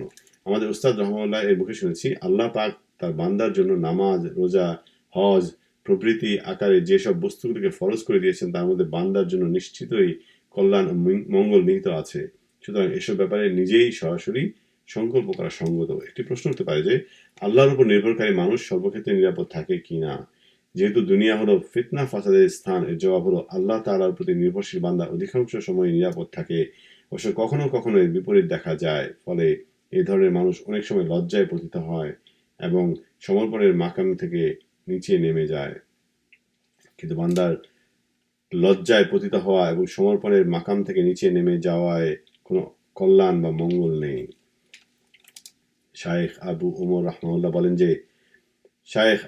রাহমাহুল্লাহ বলেন, যে ব্যক্তি তার ব্যাপারসমূহকে আল্লাহ তাআলার উপর সুপর্দ করেছে তার কোনো ব্যাপারই কল্যাণ ব্যতীত অপর কিছু প্রকাশ পায় না। আর সমর্পণের ক্ষেত্রে লজ্জা ও সংকীর্ণতা সেই বিষয়ের ক্ষেত্রেই সৃষ্টি হয় যে বিষয়ে সমর্পণ প্রকৃত সমর্পণ হয়নি, কারণ সমর্পণের ক্ষেত্রে বিপর্যয়ের সামান্যতম অবকাশও নেই। আর সমর্পণ কেবল সে সকল বিষয়ই হতে পারে যেসব বিষয়ে সঠিকত্ব ও বিপর্যয় সম্পর্কে সন্দেহ আছে। আমাদের শায়েখের কাছে এই মতটি সর্বাধিক পছন্দনীয়, কারণ এ ধরনের কাজ ছাড়া সমর্পণের ধারণাই আসে না। এখন প্রশ্ন থাকে যে সমর্পণকারীকে কল্যাণের দানের সাথে মর্যাদা দানও কি আল্লাহর প্রতি ওয়াজিব? না, তা ওয়াজিব নয়, কারণ আল্লাহর উপরে বান্দার কোনো কিছু ওয়াজিব করতে পারে না। আল্লাহ বান্দার জন্য যা ভালো মনে করবেন তাই করবেন। কোন অবস্থায় বান্দার জন্য কোনটা ভালো তা আল্লাহই ভালো জানেন। তোমরা সেই ঘটনা কি জানো না যে আল্লাহ কোন সফরে হুজুর পাক সাল্লাল্লাহু আলাইহি ওয়াসাল্লাম ও সাহাবায়ে কিরাম রাদিয়াল্লাহু তাআলা আনহুম এর জন্য সূর্যোদয় পর্যন্ত নিদ্রাচ্ছন্ন থাকা নির্দিষ্ট করে দিয়েছিলেন, এমনকি তাদের তাহাজ্জুদ ও ফজর দুটো নামাজই বাদ রয়ে গেল। মূলত নিদ্রার চেয়ে নামাজ উত্তম ছিল। তেমনি আল্লাহ তার কোনো বান্দাকে বহু ধন সম্পদের অধিকারী করেন, অথচ ধনাঢ্য অপেক্ষা দারিদ্রই উত্তম। অনেক সময় তিনি তার বান্দাকে স্ত্রী পুত্রকে নিয়ে ব্যস্ত রাখেন, অথচ ইবাদত আদায়ের স্বার্থে সেসব বস্তু থেকে দূরে থাকা উত্তম। মোট কথা, বান্দার ভালো মন্দ কিসে হবে তা একমাত্র আল্লাহ তাআলাই জানেন। একটি দৃষ্টান্তের মাধ্যমে কথাটি বলছি। এক বিজ্ঞ ও বিচক্ষণ চিকিৎসক রোগীকে পথ্য খেতে দিল বার্লির পানি, অথচ রোগীর নিকট হয়তো পছন্দনীয় পথ্য ইক্ষুর রস। চিকিৎসকের উদ্দেশ্য কিন্তু রোগীকে আরোগ্য করা, আর রোগীরও কাম্য তাই। সুতরাং এই মূল উদ্দেশ্য সফল করতে হবে, কারণ রোগীর আরোগ্য ও ভালো মন্দ তার উপর নির্ভরশীল। ঠিক তেমনি বান্দার মুক্তি ও কল্যাণই আল্লাহর উদ্দেশ্য। সেই উদ্দেশ্য সাধনের সাথে সাথে বান্দার বাহ্যিক সম্মান ও মর্যাদা কতখানি বাড়লো কি কমলো সেটা আল্লাহর বিচার্য নয়। কারণ একটি প্রশ্ন উঠতে পারে যে ব্যক্তি তার নিজের ব্যাপারে আল্লাহর উপর সুপর্দ করবে তাকে মুক্ত ও স্বাধীন বলা যাবে কিনা। আমাদের উলামায়ে কেরামের মন্তব্য হলো তাকে স্বাধীন বলা যাবে, তাতে তার সমর্পণে কোনো প্রকার সন্দেহ উপস্থিত হবার মতো কিছু নেই। কারণ দুটো ভালো কাজের একটা পছন্দ করার অধিকার তার থাকে, এবং সেজন্য সে আল্লাহর কাছে আবদার জানাতে পারে। যেমন রোগী চিকিৎসকের কাছে উত্তম পথ্য দেওয়ার জন্য আবদার জানাতে পারে, বান্দা আল্লাহর কাছে একাধারে কল্যাণ ও মর্যাদা দুটোই দাবি করতে পারে, হ্যাঁ, যদি দুটো পরস্পর বিরোধী না হয় এবং একটি অপরটির পরিপূরক বা সহায়ক হয়। তাই যদি আল্লাহ বান্দার রুচি ও বিবেকের বিপরীত বস্তুর মাধ্যমে তার কল্যাণ দিতে চান, তাহলে তা তাকে অম্লান বদনে মেনে নেওয়া চাই। যদি প্রশ্ন করা হয় বান্দার জন্য সঙ্গত বিষয় পরিত্যাগ করা উত্তম জিনিস মনোনীত করার অধিকার কি জন্য থাকবে, যদি প্রশ্ন করা হয় বান্দার জন্য সঙ্গত বিষয় পরিত্যাগ করে উত্তম জিনিস মনোনীত করার অধিকার কি জন্য থাকবে এই জন্য যে এ দুটোর মধ্যে বেশ খানিকটা পার্থক্য রয়েছে। কারণ মানুষ উত্তম বিষয়কে তার বৈশিষ্ট্যের মাধ্যমে চিনতে পারে, কিন্তু ভালো বা বৈধ বস্তুকে সে খারাপ বস্তু থেকে সহজে চিনতে পারে। তাই এক্ষেত্রে সে নিজে সিদ্ধান্ত না নিয়ে আল্লাহর হাতে সোপর্দ করা উত্তম বস্তুর মাধ্যমে কল্যাণ ইখতিয়ার করার অর্থ হলো বান্দা আল্লাহর কাছে প্রার্থনা জানাবে, তিনি সেরূপ বস্তুর ভিতর দিয়ে তাকে কল্যাণ দান করবেন। মোট কথা এ হলো সূক্ষ্ম জ্ঞান চর্চার কিছুটা ইঙ্গিত মাত্র। বিষয়টি অতীব জরুরি না হলে এখানে এর আলোচনা করা হতো না, কারণ এ হলো আধ্যাত্ম জ্ঞানের এক মহাসমুদ্র তুল্য। এতে সততই উত্তল তরঙ্গ ঢেউ খেলে যাচ্ছে। তথাপি অত্যন্ত সংক্ষেপে আমি বিষয়টিকে বোঝাতে চেষ্টা পেলাম। এই গ্রন্থে এতটুকুই যথেষ্ট। ভাগ্য ও তার শ্রেণী বিভাগ। ভাগ্য বা তাকদীরের দাবি হলো তার উপর খুশি বা রাজি থাকা। তাই ভাগ্য বা তাকদীরের ব্যবস্থার উপর সন্তুষ্টি প্রকাশ করা ওয়াজিব ও অপরিহার্য। দুটো কারণে এর প্রয়োজনীয়তা রয়েছে। প্রথমত ভাগ্যের উপর রাজি বা খুশি থাকলে নিশ্চিন্ত মনে ইবাদতের জন্য বের হয়ে আসা যায়। অন্যথায় পার্থিব ব্যাপারে মনকে লিপ্ত রেখে সর্বদা অহেতুক দুর্ভাবনা পোহাতে হয়। তখন মনে আল্লাহর জিকির কিংবা পরকালের ভাবনা স্থান পায় না, যার ফলে পরকালের জন্য প্রস্তুতি গ্রহণ করা হয়ে ওঠে না। হযরত শাকিক বালখী রাহমাহুল্লাহ কি সুন্দর কথা বলেছেন যে, তোমার অতীত কাজের আক্ষেপ এবং ভবিষ্যৎ কাজের ভাবনা মূল্যবান বর্তমানকে বরবাদ করে দেয়। দ্বিতীয়ত, এর ফলে আযাব ও শাস্তির সম্ভাব্য দিক নিয়ে বিস্তারিতভাবে আলোচনার সুযোগ পাওয়া যায়। বর্ণিত আছে, কোন নবী আল্লাহ তাআলার তরফ থেকে তাকে বিপদের সম্মুখীন হতে হওয়ায় আল্লাহর দরবারে অভিযোগ উত্থাপন করলেন। জবাবে ওহীর মাধ্যমে আল্লাহ তাকে বললেন, তুমি আমার বিরুদ্ধে অভিযোগ তুলছ, আমি তো যে কোনো রকম অভিযোগের ঊর্ধ্বে। তোমার ব্যাপারে গায়েবী এলমে এই অবস্থায় প্রকাশ পেয়েছিল। এটা তোমার জন্য আমারই দেয়া সুব্যবস্থা। সুতরাং তুমি এতে নাখোশ হয়েও না। তোমার ইচ্ছে এই নাকি যে তোমার জন্য আমি দুনিয়ায় আমার অনুষ্ঠিত রীতিনীতি সব উলটপালট করে দেব? আমার ইচ্ছে পরিত্যাগ করে আমি তোমার ইচ্ছের অনুসরণ করব? আমি আমার মর্যাদা ও শ্রেষ্ঠত্বের কসম করে বলছি, এই ধরনের চিন্তা যদি তোমার ভিতরে আবার দেখা দেয়, তাহলে নবুয়তের মর্যাদা তোমার থেকে তুলে নেওয়া হবে। পরন্তু এই অপরাধের জন্য তোমাকে সাজাও পেতে হবে। এই কাজ করতে আমাকে এতটুকু বাধবে না। জ্ঞানী ও বিবেকবানদের এই মহাপরীক্ষার বিষয়টিতে যথেষ্ট চিন্তা ভাবনার কারণ রয়েছে যে, নিজ নবীকে পর্যন্ত যিনি তার ব্যবস্থার অসন্তোষ প্রকাশের জন্য এমন বিরাট ধমক দিলেন যে অন্যের ব্যাপারে কতদূর করতে পারেন। তিনি যে বলেছেন, আবার যদি তোমার হৃদয়ে এমন চিন্তা দানা বেঁধে ওঠে, এর দ্বারা তিনি মনের দ্বিধা দুর্ভাবনাকে বুঝিয়েছেন। শুধু মনের ধারণার জন্যই যদি নবুয়ত বাতিল হতে পারে, তাহলে যারা দিবানিশি আল্লাহর দরবারে ফরিয়াদ ও আহাজারি করে বেড়াচ্ছে তাদের কি অবস্থা হবে? এক নবীর থেকে একবার মাত্র অসন্তোষ প্রকাশ পাওয়ার ফলেই যখন এরূপ ঘটনা ঘটছিল, তখন যে ব্যক্তি সারা জীবন আল্লাহর উপর অসন্তুষ্টি নিয়ে কাটাচ্ছে তার অবস্থা কি হবে তা সহজেই অনুমেয়। সুতরাং আমরা আমাদের মনের ধোঁকা ও অন্যায় আচরণের জন্য ক্ষমা প্রার্থনা করছি, ফরিয়াদ জানাচ্ছি। তিনি আমাদের মনোভাব কার্যাবলী বিশুদ্ধ রাখার তৌফিক দান করুন। নিশ্চয়ই তিনি রহমান রাহিম। রিজা বিল কাজা বা ভাগ্যে খুশি থাকার অর্থ। আমাদের ওলামায়ে কিরাম বলেন যে রিজা বিল কাজা বা ভাগ্যে খুশি থাকার অর্থ হলো আল্লাহ তাআলা যা যার জন্য নির্দিষ্ট করে দিয়েছেন তা ব্যতীত অন্য বিষয়ের প্রতি লোভ না করা ও এরূপ না বলা যে এই বিষয়টি অত্যন্ত ভালো এবং উত্তম। ভালো মনে করাকে সাখাত বলা হয়। যদি প্রশ্ন করা হয় যে পাপ ও নাফরমানি করা কি বান্দার জন্য আল্লাহর নির্ধারিত ব্যবস্থা নয়, তাতে বান্দা কি করে খুশি থাকতে পারে, আর এতে খুশি থাকা কি করে বান্দার প্রতি অপরিহার্য হতে পারে? এর জবাব হলো আল্লাহ প্রদত্ত যে কোনো ব্যবস্থায় খুশি থাকা বান্দার জন্য অপরিহার্য। তবে পাপ কাজ তো নির্দিষ্ট করে বলেই দেওয়া হয়েছে, সুতরাং আল্লাহ নির্ধারিত পাপের কাজে সম্মত বা সন্তুষ্ট থাকা অপরিহার্য বলে প্রমাণিত হয় না। আমাদের ওস্তাদ রহমতুল্লাহ বলেন আল্লাহর ব্যবস্থা অর্থাৎ জীবনে যা অবশ্যম্ভাবী তা 4 ধরনের: 1 নিয়ামত, 2 মুসিবত, 3 উত্তম, 4 মন্দ।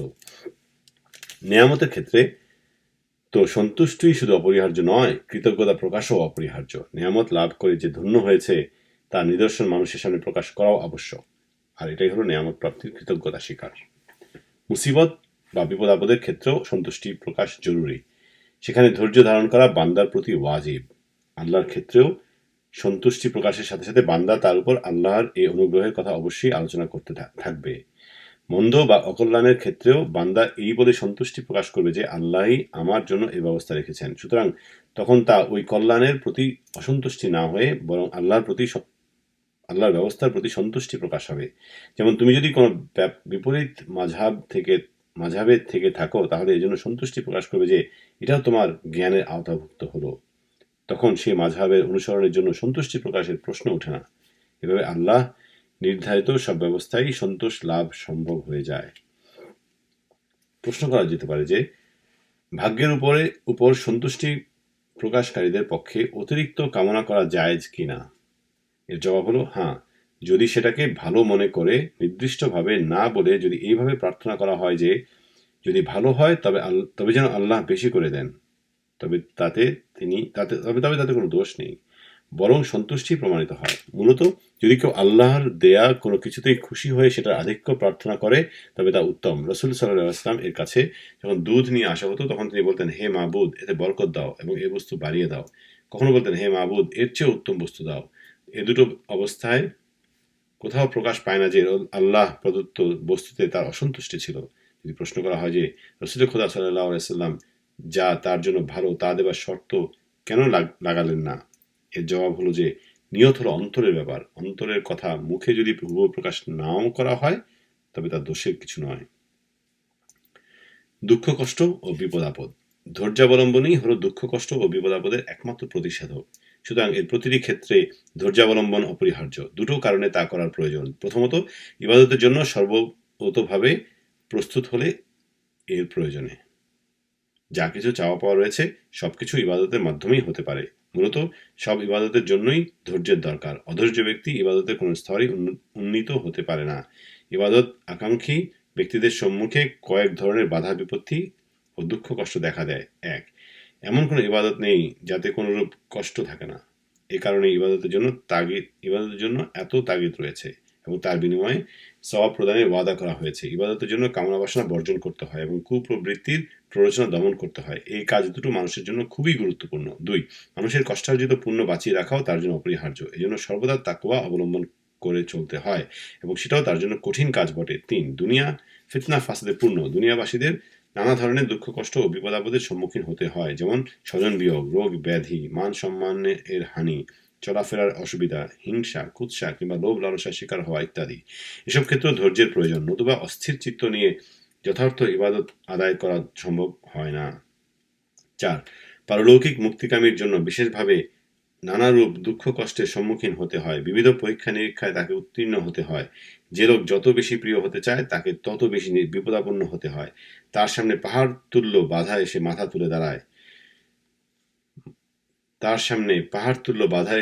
উঁচু করে দাঁড়ায়। তোমরা হযরত রাসূল করিম সাল্লাল্লাহু আলাইহি ওয়াসাল্লামের ইরশাদ শুনুনি কি? তিনি বলেন, মানুষের ভিতরে পরীক্ষার কঠিনতর স্তর আসে নবীদের জন্য, তৎপরবর্তী স্তর আসে আলিমদের জন্য, তারপর মানুষের স্তর অনুযায়ী পরীক্ষা চলে। সুতরাং যখনই কেউ ভালো কাজের ইচ্ছে করে এবং পারলৌকিক মুক্তির পথে পা বাড়ায়, তখনই তার সামনে কঠিন বিপদ আপদের পরীক্ষা এসে হাজির হয়ে যায়। ধৈর্যের অনুপস্থিতিতে সে তখন পথভ্রষ্ট হয় এবং পুণ্যের পথ বিচ্যুত হয়, ফলে তার উদ্দেশ্যই ব্যর্থ হয়ে যায়। আল্লাহ তাআলা দুঃখ, ক্লেশ ও বিপদ আপদ সম্পর্কে সচেতন থাকার জন্য আমাদেরকে আহ্বান জানিয়েছেন এবং এসবের মাধ্যমে যে পরীক্ষা হয় তাও সুস্পষ্টভাবে জানিয়ে দিয়েছেন। তিনি বলেন, لتبلغن في أموالكم وأنفسكم ولتسمعن من الذين أوتوا الكتاب من قبلكم ومن الذين أشركوا أذى كثيرا। অর্থাৎ তোমরা অবশ্যই জান ও মালের পরীক্ষার সম্মুখীন হবে এবং তোমাদের আগেকার আহলি কিতাব ও মুশরিকদের তরফ হতে অবশ্যই অনেক কষ্টদায়ক কথা শুনবে। আল্লাহ পাক অন্যত্র ইরশাদ করেছেন, وَإِن تَصْبِرُوا وَتَتَّقُوا فَإِنَّ ذَلِكَ মিন আজমিল উমুর।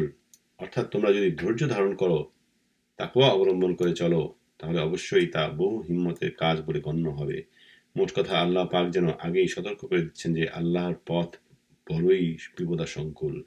পরীক্ষার কঠিনতর স্তর এসে বান্দাকে বিপর্যস্ত করে দেবে। সুতরাং তাদের ধৈর্য অবলম্বনকারীরাই হলো প্রকৃত মানুষ। কেননা বুঝতে হবে যে মানবীয় দৃঢ়তা, সংকল্পে স্থিরতা তার মধ্যে বিদ্যমান। তাই আল্লাহর পথে যে পা বাড়াতে চায় তাকে প্রথমেই ধরে নিতে হবে যে সে কঠিন ঝুঁকি মাথায় নিচ্ছে। শুধু তাই নয়, আমরণ তাকে প্রস্তুত থাকতে হবে পর্যায়ক্রমে আগত সকল প্রকার বিপদ আপদ ও দুঃখ ক্লেশ সহ্য করার জন্য, নতুবা তার ইবাদতের ইচ্ছে শুধু ইচ্ছাই হয়ে থাকবে, কোনো আমল করাই তার পক্ষে সম্ভব হবে না। হযরত ফোজাইল রাহমাহুল্লাহ বলেন, যে ব্যক্তি আখিরাতের পথে পা বাড়াতে চায় সে যেন নিজের মধ্যে 4 ধরনের মৃত্যুর অনুভূতি নিয়ে অগ্রসর হয়। তা হলো, 1 সাদা মৃত্যু, 2 লাল মৃত্যু, 3 কালো মৃত্যু, 4 পাণ্ডুর মৃত্যু। সাদা মৃত্যু হলো ক্ষুধার যাতনা, লাল মৃত্যু হলো শয়তানের বিরুদ্ধে সংগ্রামের কষ্ট, কালো মৃত্যু হলো পাপ বর্জনের ক্লেশ এবং পাণ্ডুর মৃত্যু হলো একের পর এক পার্থিব দুঃখ, কষ্ট ও দুর্ঘটনার প্রবৃত্তি। এই 4 ধরনের মৃত্যুর স্বাদ যে গ্রহণ করতে পারবে তার পক্ষেই কেবল পারলৌকিক সাফল্যের পথে অগ্রসর হওয়া চলে। ধৈর্যের উপকারিতা ও পরিচয়। ধৈর্যাবলম্বনের দ্বিতীয় কারণ হলো, দুনিয়া ও আখিরাতের সকল কল্যাণ, মঙ্গল, সাফল্য ও মুক্তি এর ভিতরেই নিহিত। আল্লাহ বলেন, ওয়ামান ইয়াত্তাকিল্লাহা ইয়াজআল লাহু মাখরাজাও ওয়া ইয়ারযুকহু মিন হাইসু লা ইয়াহতাসিব। অর্থাৎ যে ব্যক্তি ধৈর্য সহকারে তাকওয়া অবলম্বন করে চলে, আল্লাহ তাকে সব বিপদ আপদে মুক্তির পথ বের করে দেন এবং তার জন্য এমন স্থান থেকে রুজির ব্যবস্থা করে দেন যা তার কল্পনারও বাইরে। আল্লাহ তাআলা আরো বলেন, ফাসবির ইন্নাল আকিবাতা লিল মুত্তাকিন। অর্থাৎ ধৈর্য অবলম্বন করো, তাকওয়া অবলম্বনকারীদের জন্যই রয়েছে অত্যুত্তম পুরস্কার। ধৈর্যের ভিত্তিতে উদ্দেশ্য সফল হয়, যেমন আল্লাহ পাক বলেছেন, ওয়াতাম্মাত কালিমাতু রাব্বিকাল হুসনা আলা বানি ইসরাঈলা বিমা সাবারু। অর্থাৎ বনী ইসরাঈলদের সাথে তোমার প্রভুর নেকির ওয়াদা পূর্ণ হয়েছিল, কারণ তারা ধৈর্য অবলম্বনই করেছিল।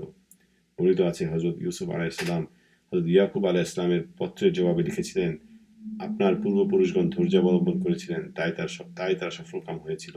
সুতরাং তাদের ন্যায় আপনিও ধৈর্য ধারণ করুন, তাহলে তাদের ন্যায় সাফল্য লাভ করতে পারবেন। তোমরাও এই পন্থায় সাফল্য লাভ করো। এক ব্যক্তি তার কবিতায় লিখেছিলেন, আকাঙ্ক্ষা ও দাবি পূরণে যত বিলম্বই হোক না কেন হতাশ হতে নেই। ধৈর্য সহকারে কাজ করে গেলে পথ খোলা পাবেই।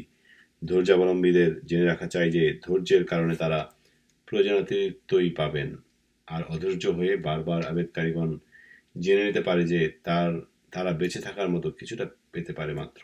ধৈর্যের মাধ্যমেই মানুষের উপর মানুষ প্রাধান্য ও শাসন কর্তৃত্ব লাভ করে। আল্লাহ বলেন, ওয়াজআলনা মিনহুম আইম্মাতান ইয়াহদুনা বিআমরিনা লাম্মা সাবারু। অর্থাৎ আমি তাদের ধৈর্যের বিনিময়ে তাদেরকে নেতা বানিয়েছি।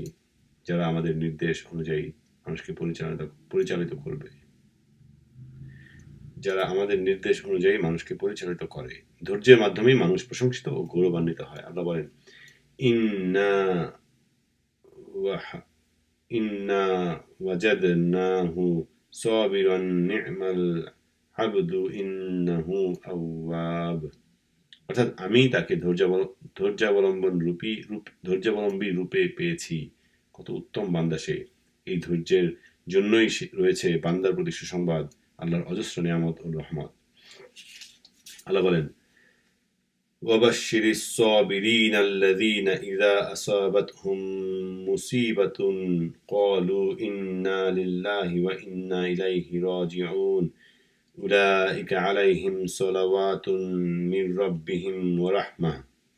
অর্থাৎ ধৈর্যাবলম্বীকে সুসংবাদ দাও, তাদের উপর যখন বিপদ আসে তারা বলে, নিশ্চয়ই আমরা আল্লাহর জন্য এবং আমরা তারই নিকট ফিরে যাব। তাদের উপর রয়েছে তাদের প্রতিপালকের তরফ থেকে অজস্র রহমত ও নিয়ামত। ধৈর্যাবলম্বীদেরকে আল্লাহ পাক ভালোবাসেন, যেমন আল্লাহ বলেন, ইন্নাল্লাহা ইউহিব্বুস সাবিরুন, ইন্নাল্লাহা ইউহিব্বুস সাবিরিন। অর্থাৎ নিশ্চয়ই আল্লাহ তাআলা ধৈর্যাবলম্বনকারীদেরকে ভালোবাসেন। তারা বেহেশত লাভ করবেন উঁচু মর্যাদা, যেমন আল্লাহ বলেন, উলাইকা ইউজজাউনাল গুরফাতা বিমা সাবারু। অর্থাৎ তারাই সে লোক ধৈর্যাবলম্বনের জন্য যাদেরকে দেওয়া হবে বালাখানা। ধৈর্যধারীদের জন্য রয়েছে উচ্চতর মর্যাদা, যেমন আল্লাহ বলেন, সালামুন আলাইকুম বিমা সাবারতুম। অর্থাৎ ফেরেশতারা ধৈর্যশীলদের সালাম দিয়ে বলবে, ধৈর্যের বিনিময়ে তোমাদের জন্য এ সালাম। সার কথা হলো, ধৈর্যের মাহাত্মের কোনো সীমা পরিসীমা নেই, তা মানব জ্ঞান ও চিন্তা ভাবনার বহু ঊর্ধ্বে। যেমন আল্লাহ বলেন, ইন্নামা ইউওয়াফাস সাবিরুনা আজরুহুম বিগাইরি হিসাব। অর্থাৎ ধৈর্যশীলকে বেসুমার পুরস্কার দেওয়া হবে। সুবহানাল্লাহ। যিনি কিছু সময় মাত্র ধৈর্য অবলম্বনের বিনিময়ে বান্দাকে এত কল্যাণ দান করেন, তিনি কত বড় মহান সত্তার অধিকারী। এখন তোমার নিকট এই কথাটি একেবারে স্পষ্ট হয়ে গেল যে দুনিয়ার যত কল্যাণ ও মঙ্গল সব ধৈর্যের ভিতরেই নিহিত। এই জন্যই আমাদের মহানবী সাল্লাল্লাহু আলাইহি ওয়াসাল্লাম বলেছেন, আল্লাহ মানুষকে যা কিছু দান করেছেন তার মধ্যে ধৈর্যই হলো সবচেয়ে উত্তম। হযরত উমর রাদিয়াল্লাহু তাআলা আনহু বলেন, 1 ঘন্টার ধৈর্যের মধ্যে সারা দুনিয়ার মানুষের কল্যাণ নিহিত। এক ব্যক্তি খুব সুন্দরভাবে বলেছেন যে, ধৈর্য মানুষের আশার চাবিকাঠি, সব কল্যাণের দরজা উন্মুক্ত হয় এই ধৈর্যেরই বদৌলতে।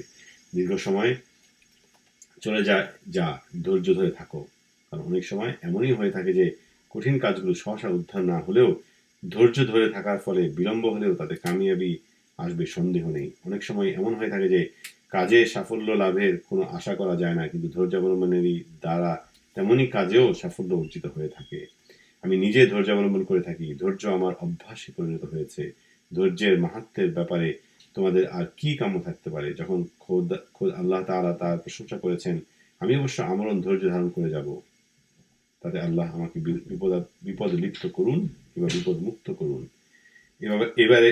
এবারে যখন তোমরা ধৈর্যের এত সব গুণের কথা জানতে পেলে, তখন তোমাদের ভিতরে এই অত্যুত্তম ও কল্যাণকর স্বভাবটিকে সৃষ্টি করে নেওয়া অপরিহার্য নয় কি?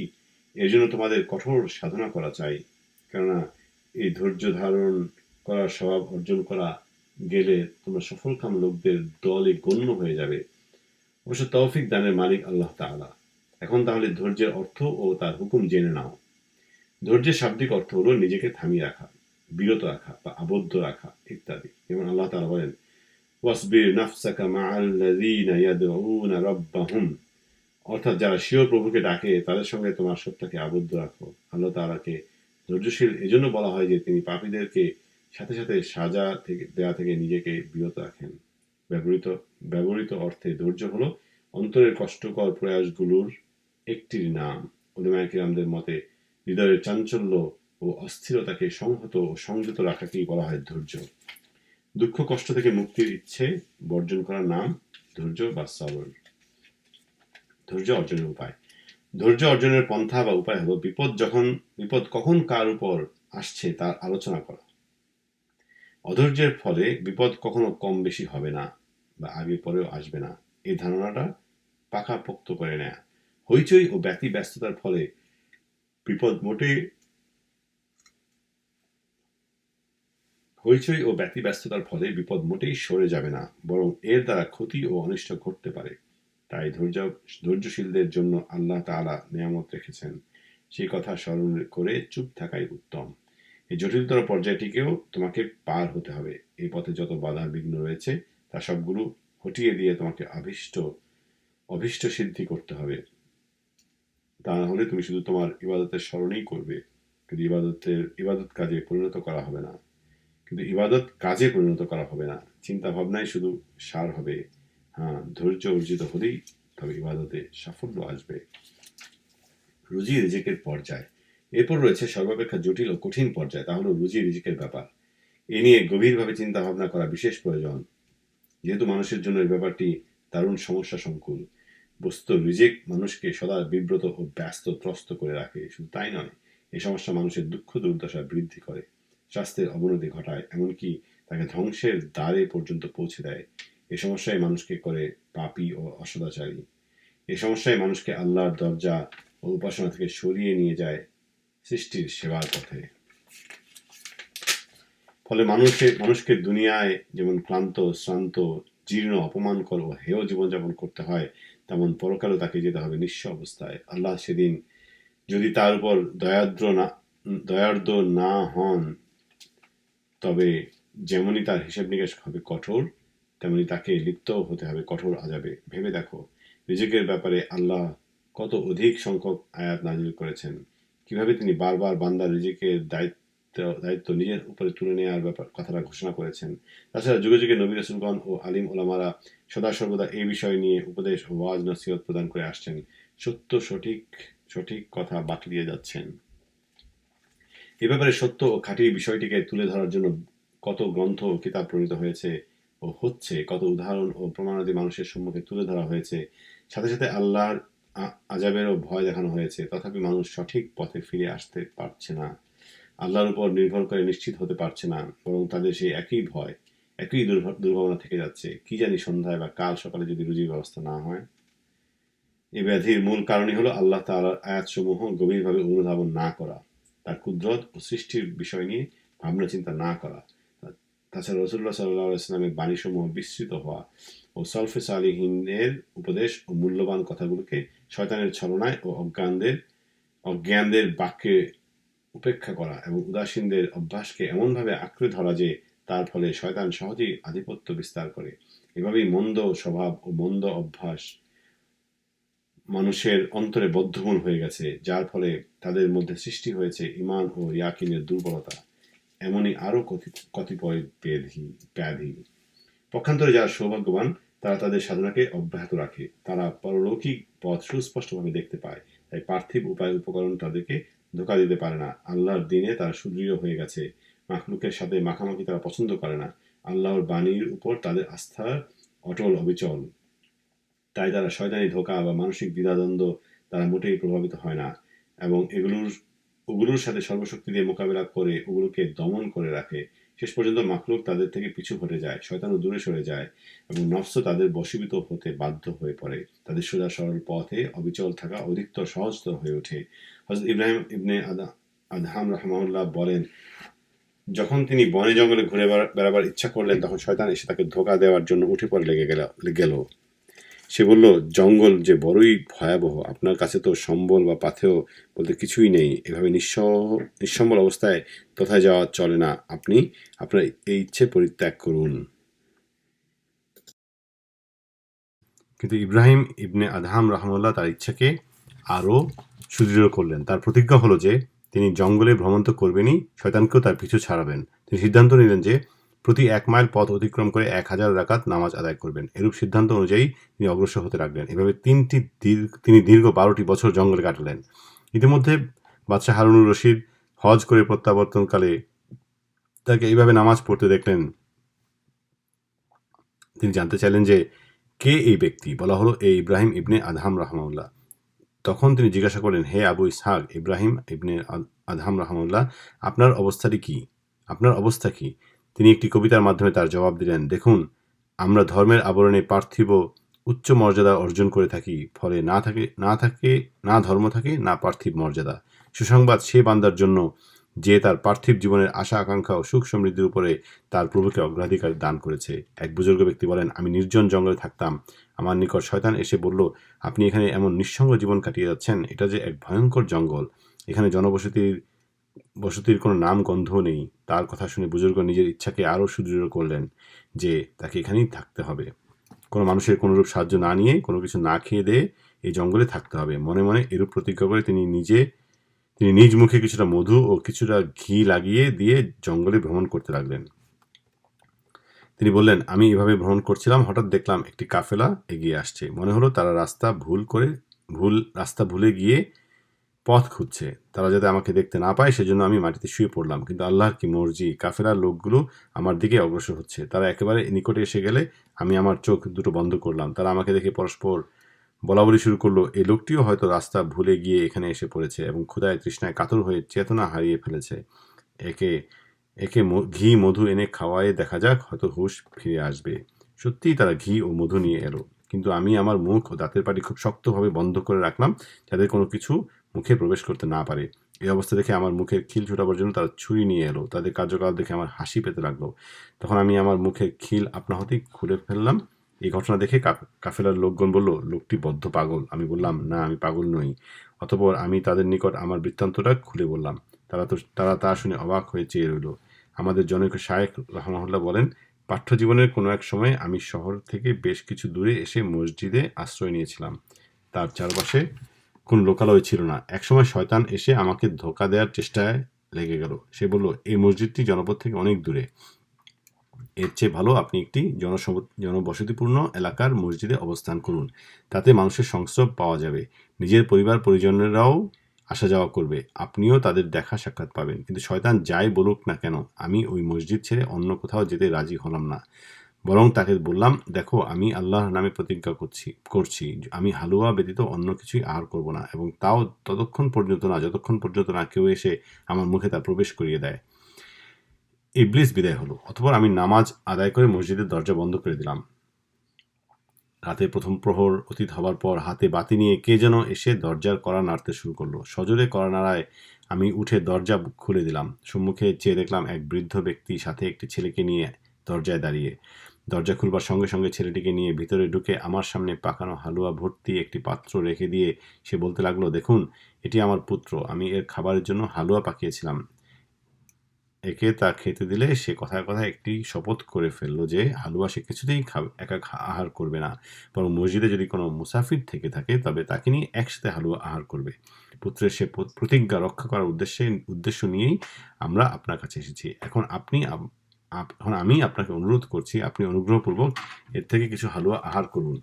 আমার ছেলেটিও আপনার সাথে আহারে শরিক হবে, তাতে করে তার প্রতিজ্ঞাটাও পূর্ণ হবে। একথা বলেই বৃদ্ধ বর্তন থেকে হালুয়া উঠিয়ে এক লোকমা আমার মুখে ও এক লোকমা তার ছেলের মুখে দিতে লাগলো। এভাবে আমি বৃদ্ধের পুত্রের সাথে পেট পুরে হালুয়া ভক্ষণ করলাম। হালুয়া আহারের পর বৃদ্ধ তার পুত্রকে সাথে নিয়ে আমার কাছে থেকে বিদায় হয়ে গেল। আমি উঠে পুনরায় মসজিদের দরজা বন্ধ করে দিলাম। ঘটনাটি ঘটে যাওয়ার পর দীর্ঘ সময় ধরে আমি আল্লাহ পাকের মর্জির কথা অবাক বিস্ময়ে ভাবতে লাগলাম। শুধু এই একটি ঘটনাই নয়, পুণ্যাত্মাদের শয়তানের সাথে এ ধরনের সংগ্রাম সাধনার ঘটনার ইয়ত্তা নেই। এই ঘটনাগুলোর দ্বারা তিনটি বিষয়ের জ্ঞান অর্জিত হয়। তার প্রথমটি হলো, যার জন্য যে রিজিক আল্লাহ নির্দিষ্ট করে রেখেছেন, যেভাবেই হোক না কেন সে রিজিক তার নসিব হবে, তাতে কোনো সন্দেহ নেই। দ্বিতীয়টি হলো, রিজিক বা তাতে নির্ভরতার ব্যাপারটি খুবই গুরুতর। রিজিকের ব্যাপারে শয়তানের ধোঁকা ও প্রতারণা অত্যন্ত ভয়াবহ ও বিপজ্জনক। এমনকি উল্লিখিত সাধক, জাহেদ, আইম্মায়ে কিরাম ও বুজুর্গানের তিনগণও সে ছলনা ও প্রতারণা থেকে বেঁচে থাকতে পারেন না। তাদের কঠোর সাধনা, রিয়াজত, মুজাহাদা থাকা সত্ত্বেও ইবলিস তাদেরকে পথভ্রষ্ট করে দিতে প্রায়শ ব্যর্থ হয় না। এমনকি তাদেরকে শয়তানের ফাঁদ থেকে বাঁচার জন্য অকল্পনীয় উপায়সমূহ অবলম্বন করতে হয়। সত্যি বলতে কি, আল্লাহর কসম, যে লোক দীর্ঘ 70 বছর ধরে মুজাহাদা ও রিয়াজতের ভিতর লিপ্ত রয়েছে, সে লোকও কখনো কখনো শয়তানের প্রতারণা থেকে নিরাপদ ও নিষ্কণ্টক নয়। সে লোকও কখনো শয়তানের প্রতারণা থেকে নিরাপদ ও নিষ্কণ্টক নয়। যেমন সাধারণ লোকগণ তার ধোঁকা থেকে সৃষ্ট বিপদামুক্ত নয়। সাধারণ তথা উদাসীন গাফেল লোকদের যেমন নফস ও শয়তানি ফেরেবে পড়ে দুর্দশা ঘটে, ওই শ্রেণীর লোকদেরও ঠিক তেমনই অবস্থা হয়। জ্ঞানীদের জন্য এতে অনেক কিছু শিক্ষার রয়ে গেছে। তৃতীয়টি হলো, এ ধরনের ঘটনা দ্বারা স্পষ্টত বুঝে নেওয়া যায় যে রিজিকের ব্যাপারে তাওয়াক্কুল অর্থাৎ নির্ভরতার পর্যায়ে কঠোর সাধনা এবং সীমাহীন মুজাহাদা ব্যতিরেকে অতিক্রম করা যায় না। আর উল্লেখিত আয়েম্মায়ে কিরাম এবং বুজুর্গানে দিনগণ যদিও তোমাদেরই মতো রক্ত মাংসে গঠিত মানুষ ছিলেন, উপরন্তু তোমাদের অপেক্ষা দুর্বল, শীর্ণ ও জয়ীফ ছিলেন। তাদের ভিতরে ইলমি তাকত অধিক ছিল, ইমানের নূর ছিল ও দিনের ব্যাপারে তাদের সাহস ও হিম্মত সবল ছিল, যার ফলে তারা ওই ধরনের কঠোর মুজাহাদার দ্বারা উপরোক্ত মর্তবা লাভে সক্ষম হয়েছিলেন। তোমরা এসব পুণ্যাত্মাদের কাজের প্রতি লক্ষ্য করে নিজেদের অবস্থাটা চিন্তা করো, আর কল্যাণকর জীবনের অধিকারী হবার লক্ষ্যে কঠিন ব্যাধির চিকিৎসা করো। সার আলোচনা। উপরোক্ত আলোচনাসমূহ একাগ্রতার সাথে পর্যালোচনা করার পরে আমার নিকট যে সূক্ষ্ম বিষয়গুলো প্রকাশ পেয়েছে, এখন আমি তা এখানে প্রকাশ করব। উপরোক্ত আলোচনাগুলো অন্তরে বদ্ধমূল করে নেয়ার জন্য উপস্থিত আলোচনা অত্যন্ত কার্যকরী হবে। তাছাড়া কঠিন পর্যায়টি অতিক্রম করার ব্যাপারে যে সংকট ও সমস্যা রয়েছে, এই বিষয়টি জানা থাকলে তারও সুরাহা করা সহজতর হবে। যদি তোমরা ভাবনা চিন্তা করে এগুলোর অনুসরণ করে চলার ইচ্ছা পোষণ করো, তাহলে তোমাদের চলার পথটি যেন উজ্জ্বল ও প্রশস্ত হয়ে ওঠে। প্রথম কথা হলো, তোমাদের স্মরণ রাখতে হবে যে আল্লাহ পবিত্র কোরআনে তার বান্দার রিজিকের ভার নিজের উপরে গ্রহণ করার ওয়াদা করেছেন। সুতরাং তোমার রিজিকের জিম্মাদারিও তিনি গ্রহণ করেছেন। এখন একবার ভেবে দেখো, যদি দুনিয়ার কোনো রাজা বা বাদশাহ তোমাকে দাওয়াত জানিয়ে বলেন যে আজ রাতের খানা তুমি তার সাথে খাবে, তাহলে নিশ্চয়ই তুমি তা অবিশ্বাস করবে না এবং নিজ রাতের খানা জোগাড়ও করবে না। যদি তার ওয়াদার সত্যতা তোমার পূর্ব থেকেই জানা থাকে, এমনকি যদি তুমি কোনো ইয়াহুদি বা নাসারাকে সত্যবাদী বলে জানো, সেও যদি তার বিক্রয়ের পণ্যকে উত্তম ও নিখুঁত বলে, তবে সে কথাও বিশ্বাস করবে। সুতরাং খোদ আল্লাহ তাআলা যখন তোমার রিজিকের দায়িত্ব নেবার ওয়াদা করেছেন এবং তা পালন করার ব্যাপারে বারংবার শপথ করেছেন, তবু কি তার ওয়াদার প্রতি তোমার আস্থা আসছে না? তার দায়িত্ব গ্রহণের ব্যাপারে তোমার আস্থা সৃষ্টি হচ্ছে না? তার বারংবার শপথ করার প্রতিও তুমি কোনো গুরুত্ব আরোপ করতে পারছো না? বরং এত কিছুর পরেও তুমি রিজিকের ভাবনায় নিজেকে ত্রস্ত করে তুলছো। চিন্তা করে দেখলে বোঝা যাবে এটা কত ন্যাক্কারজনক ব্যাপার, কত বড় দুর্ভাগ্যের ব্যাপার। হযরত আলী রাদিয়াল্লাহু তাআলা আনহু বলেন, আল্লাহর হাতে রয়েছে যে রুজি, তুমি তা খুঁজছো অন্যের কাছে, আর বিপদাপদের কথা ভুলে গিয়ে নিশ্চিন্তে ঘুমাচ্ছ।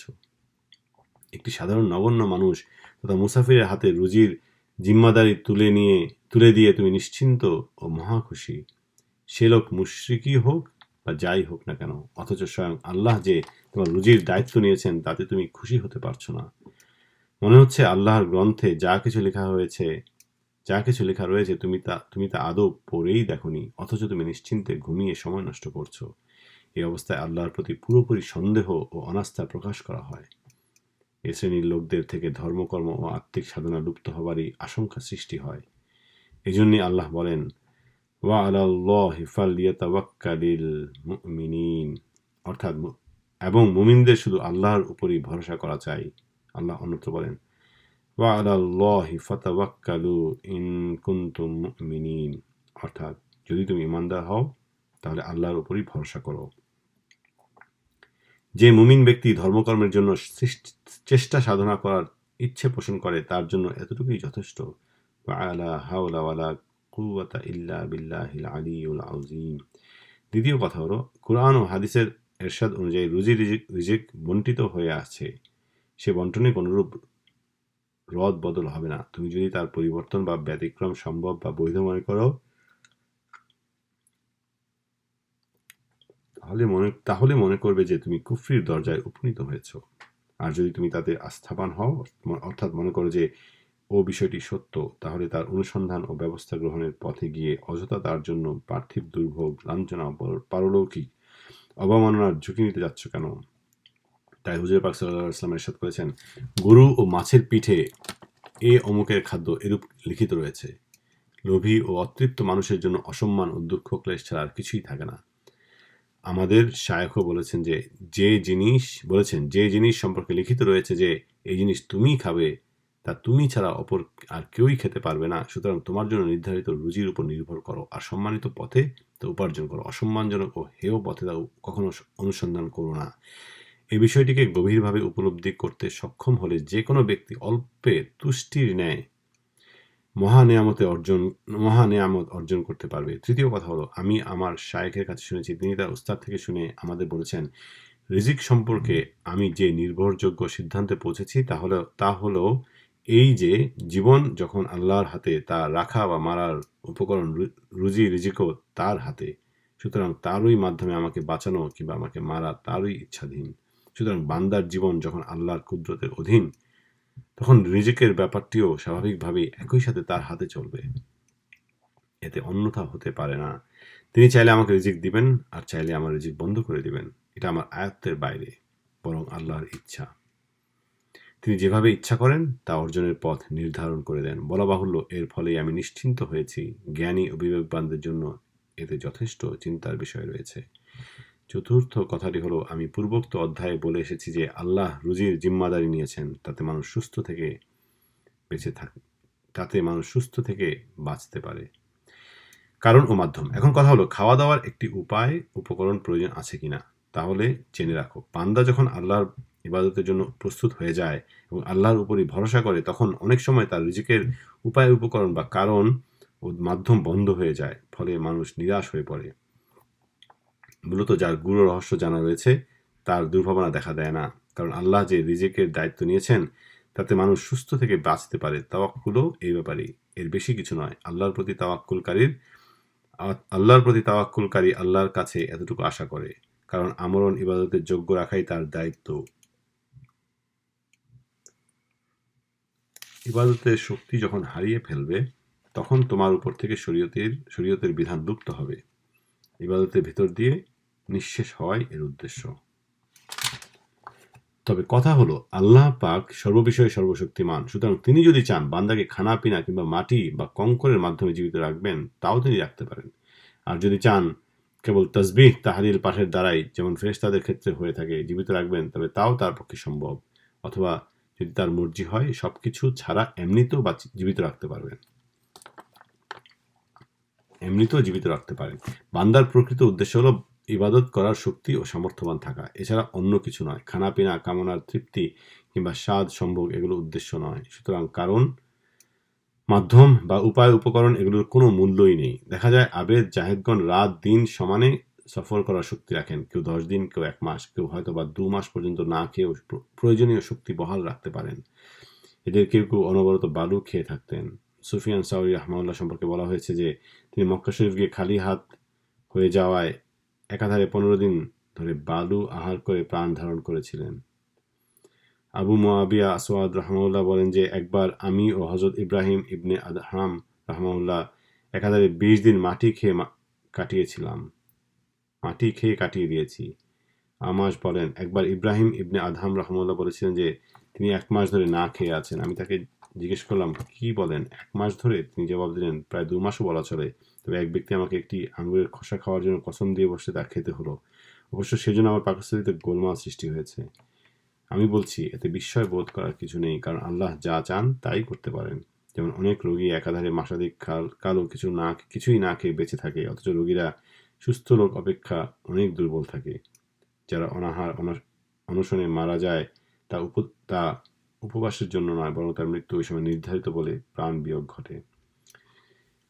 আবু সাইদ খাররাজ বলেন, আল্লাহর আমার প্রতি আচরণটাই ছিল এই যে তিনি 3 দিন পরে পরে আমাকে খাবার দিতেন। একবার আমি জঙ্গলে চলে গেলাম, আবার একে 3 দিন পার হয়ে যাওয়ার পরেও আমার খাবার মিলল না। চতুর্থ দিনে খুবই দুর্বল হয়ে এক স্থানে বসে পড়লাম। এমন সময় এক গায়েবী আওয়াজ শুনতে পেলাম, আবু সাঈদ, তুমি কি খাবার চাও, না শক্তি পেলেই হয়? আমি বললাম, আমার শক্তি পেলেই হয়। এরপরে আমি উঠে দাঁড়ালাম। তারপর 12 দিন পর্যন্ত উপবাস থেকেও আমি কোনো দুর্বলতা বা ক্লেশ অনুভব করলাম না।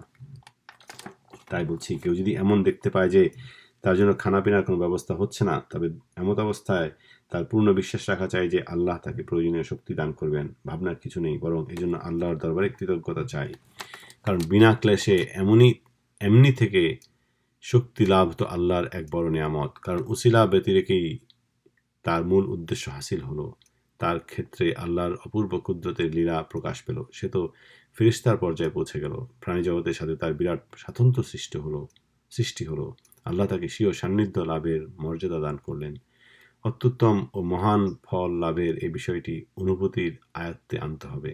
হতে পারে পাঠকদের মনে সন্দেহ জাগছে যে এই গ্রন্থের নীতির বিপরীত এই বিষয়টির আলোচনা দীর্ঘ হয়ে যাচ্ছে, কিন্তু খোদার কসম বিষয়টি এমন যে এর যতটুকু আলোচনা করা প্রয়োজন তার তুলনায় এতটুকু আলোচনা সামান্যই বলতে হবে। কেননা আল্লাহর ইবাদতের ক্ষেত্রে একটি খুব বড় বস্তু, বরং দুনিয়া ও ইবাদত উভয়ই এই বস্তুর উপর নির্ভরশীল। সুতরাং যে সাহস রাখে সে যেন এই পথে পা বাড়ায় এবং দৃঢ়ভাবে এর উপর স্থির থাকে, নতুবা জীবনের মূল লক্ষ্যই পণ্ড হবে। তোমাকে যে বস্তু পথ বাতলাতে পারে তা হলো পরকালপন্থী উলামা এবং আল্লাহর আরিফদের সুগভীর অন্তর্দৃষ্টি সম্পন্ন জ্ঞান। অথচ তারা সকলেই সমস্ত বিষয়গুলোকে ন্যস্ত করেছেন তাওয়াক্কুল, আল্লাহর উপর ভরসা এর উপর।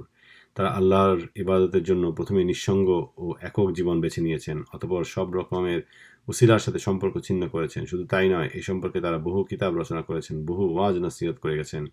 তাদেরই সৌভাগ্য হয়েছে আল্লাহর ফজলে নেতাদের মধ্য থেকে তাদের সঙ্গী সহায়তাকারী ও সেবক লাভ করা, যারা কল্যাণ ও মঙ্গলের এমন পর্যায়ে লাভ করেছেন মাননীয় ইমামদের কোনো দলই সে মাকাম হাসিলে সক্ষম হননি। সে কারা? তার ও সেই সংসার বিমুখ সংসার ত্যাগী বুজুর্গের দল। বরং এরা যতদিন ধরে মাদ্রাসা ও মসজিদে আমাদের ইমামদিগের নীতি অনুযায়ী অবস্থান করেছেন তখনও তারা সর্বদা ছিলেন প্রিয় ও সম্মানিত। এদের কারো বা জ্ঞানের দিক দিয়ে ইমামের মর্যাদা ছিল, যেমন উস্তাদ আবু ইসহাক, আবু হামিদ, আবু তাইয়েব, ইবনে মুবারক ও আমাদের শায়েখ প্রমুখ। ইবাদতের দিক দিয়ে তারা হাসিল করেছিলেন প্রকৃত মাকাম। উদাহরণস্বরূপ আবু ইসহাক সিরাজি, আবু সাইদ সুফি ও নসরুল মুকাদ্দিসি রহমাহুল্লাহ এর নাম উল্লেখ করা যায়। এরা তারাই যারা সংসার বর্জন ও জ্ঞানের দিক দিয়ে যে কোনো যুগের বিশিষ্টদের পর্যায়ে নিজেদেরকে উন্নীত করেছেন। অবশ্য আখেরি জামানায় এসে আমাদের অনেকেরই অন্তরে দুর্বলতা দেখা দিয়েছে এবং তারা এমন সব বিষয়ে লিপ্ত হয়ে পড়েছেন যে সেগুলোর ক্ষতি লাভ অপেক্ষা অনেক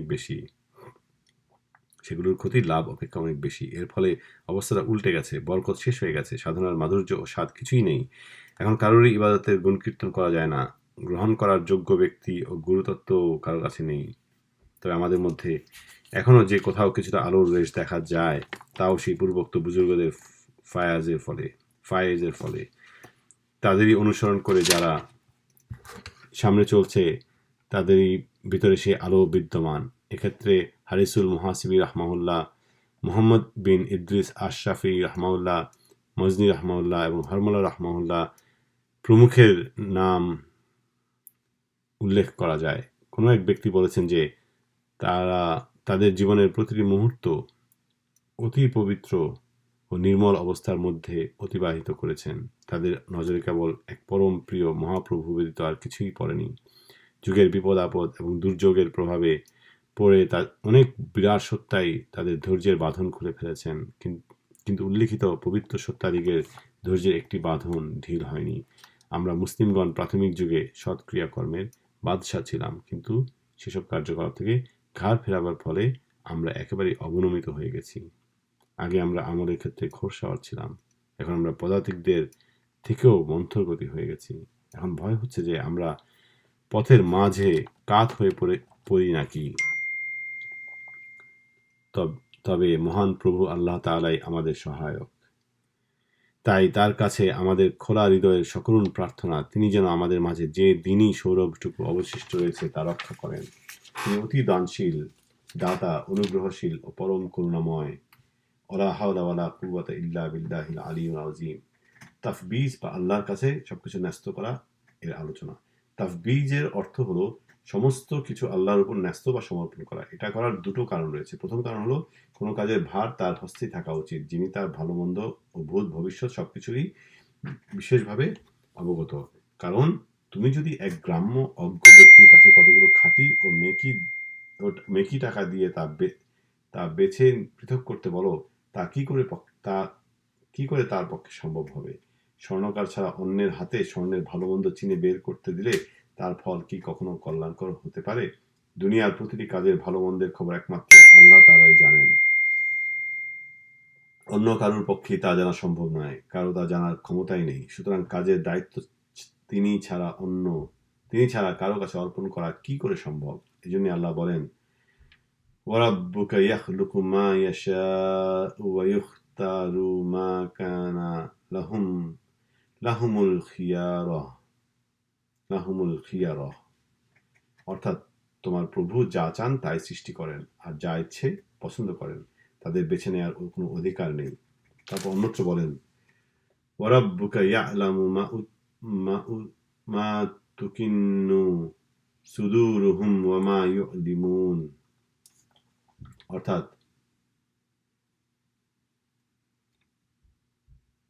ওয়ারাব্বুকা ইয়ালামু মা তুকিন্নু সুদুরুহুম ওয়া মা ইউলিনুন, অর্থাৎ তোমার প্রভু তাদের প্রকাশ্য ও গোপনীয় সব খবরই জানেন।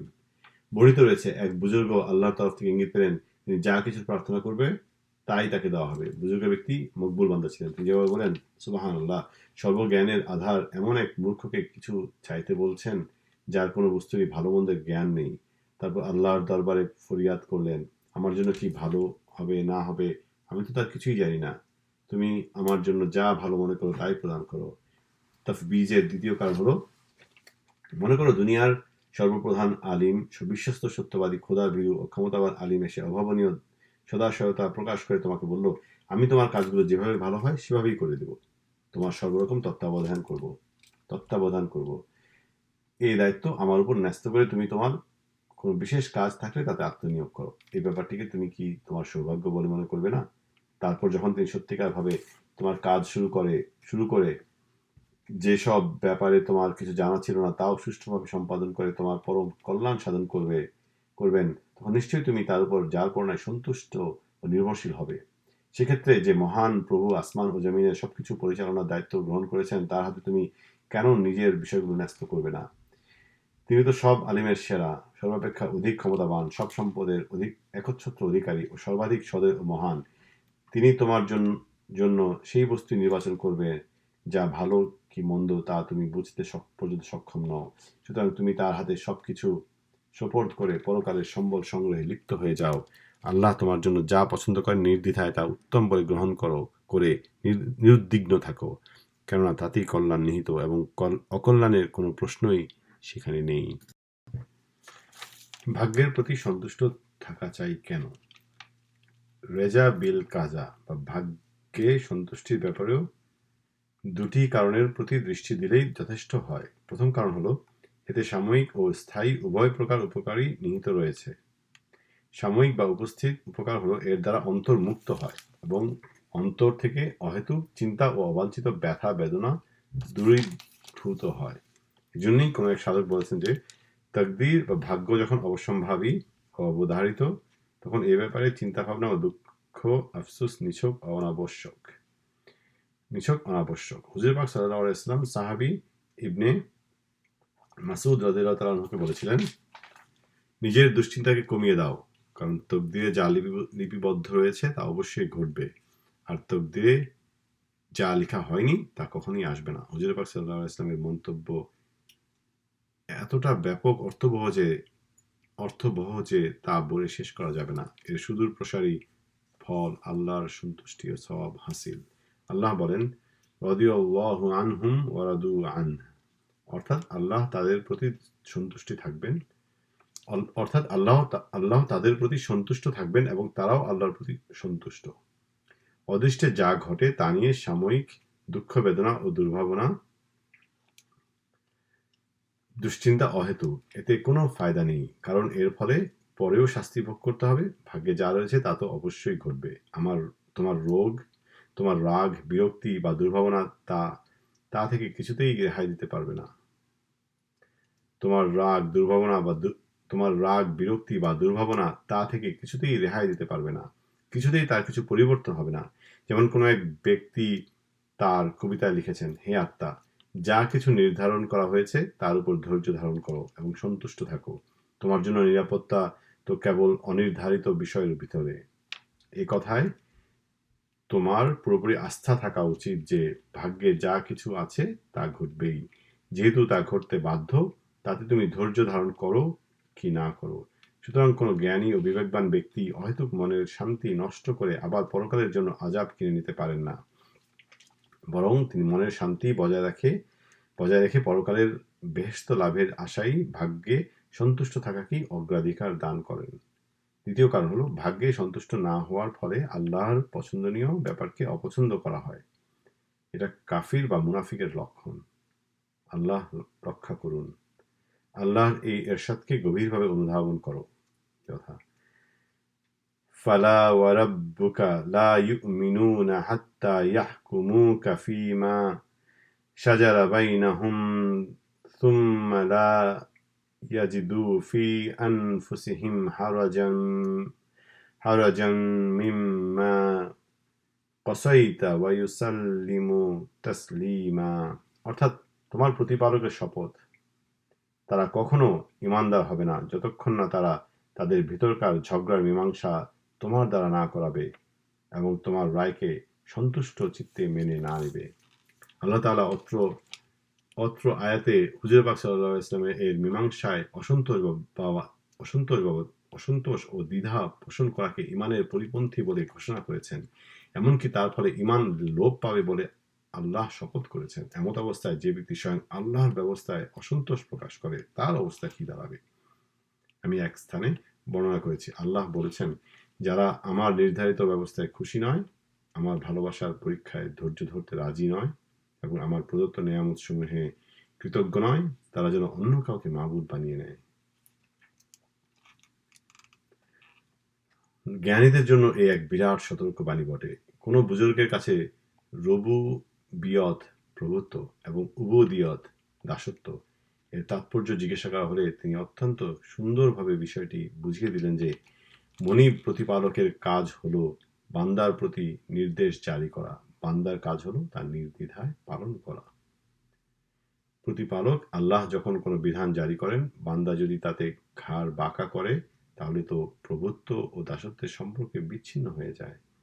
মন্তব্যটির মর্ম অনুধাবন করে তোমরা নিজেদের অবস্থা শুধরে নাও, তাহলে আল্লাহর অনুগ্রহে তোমরা নিরাপত্তা লাভে সক্ষম হবে। ধৈর্য ও শ্রেণীভেদ। ধৈর্য এক অত্যন্ত তিক্ত দাওয়াই এবং বিস্বাদ পানীয় সদৃশ, কিন্তু অত্যন্ত উপকারী ও কল্যাণের কারণ। এতে সর্বাধিক ব্যাধির নিরাময় ঘটে। সুতরাং জ্ঞানী মাত্রই প্রবৃত্তিকে এ দাওয়াই সেবনে বাধ্য করে তা এর তিক্ততা বিস্বাদকে সহ্য করে নেয়।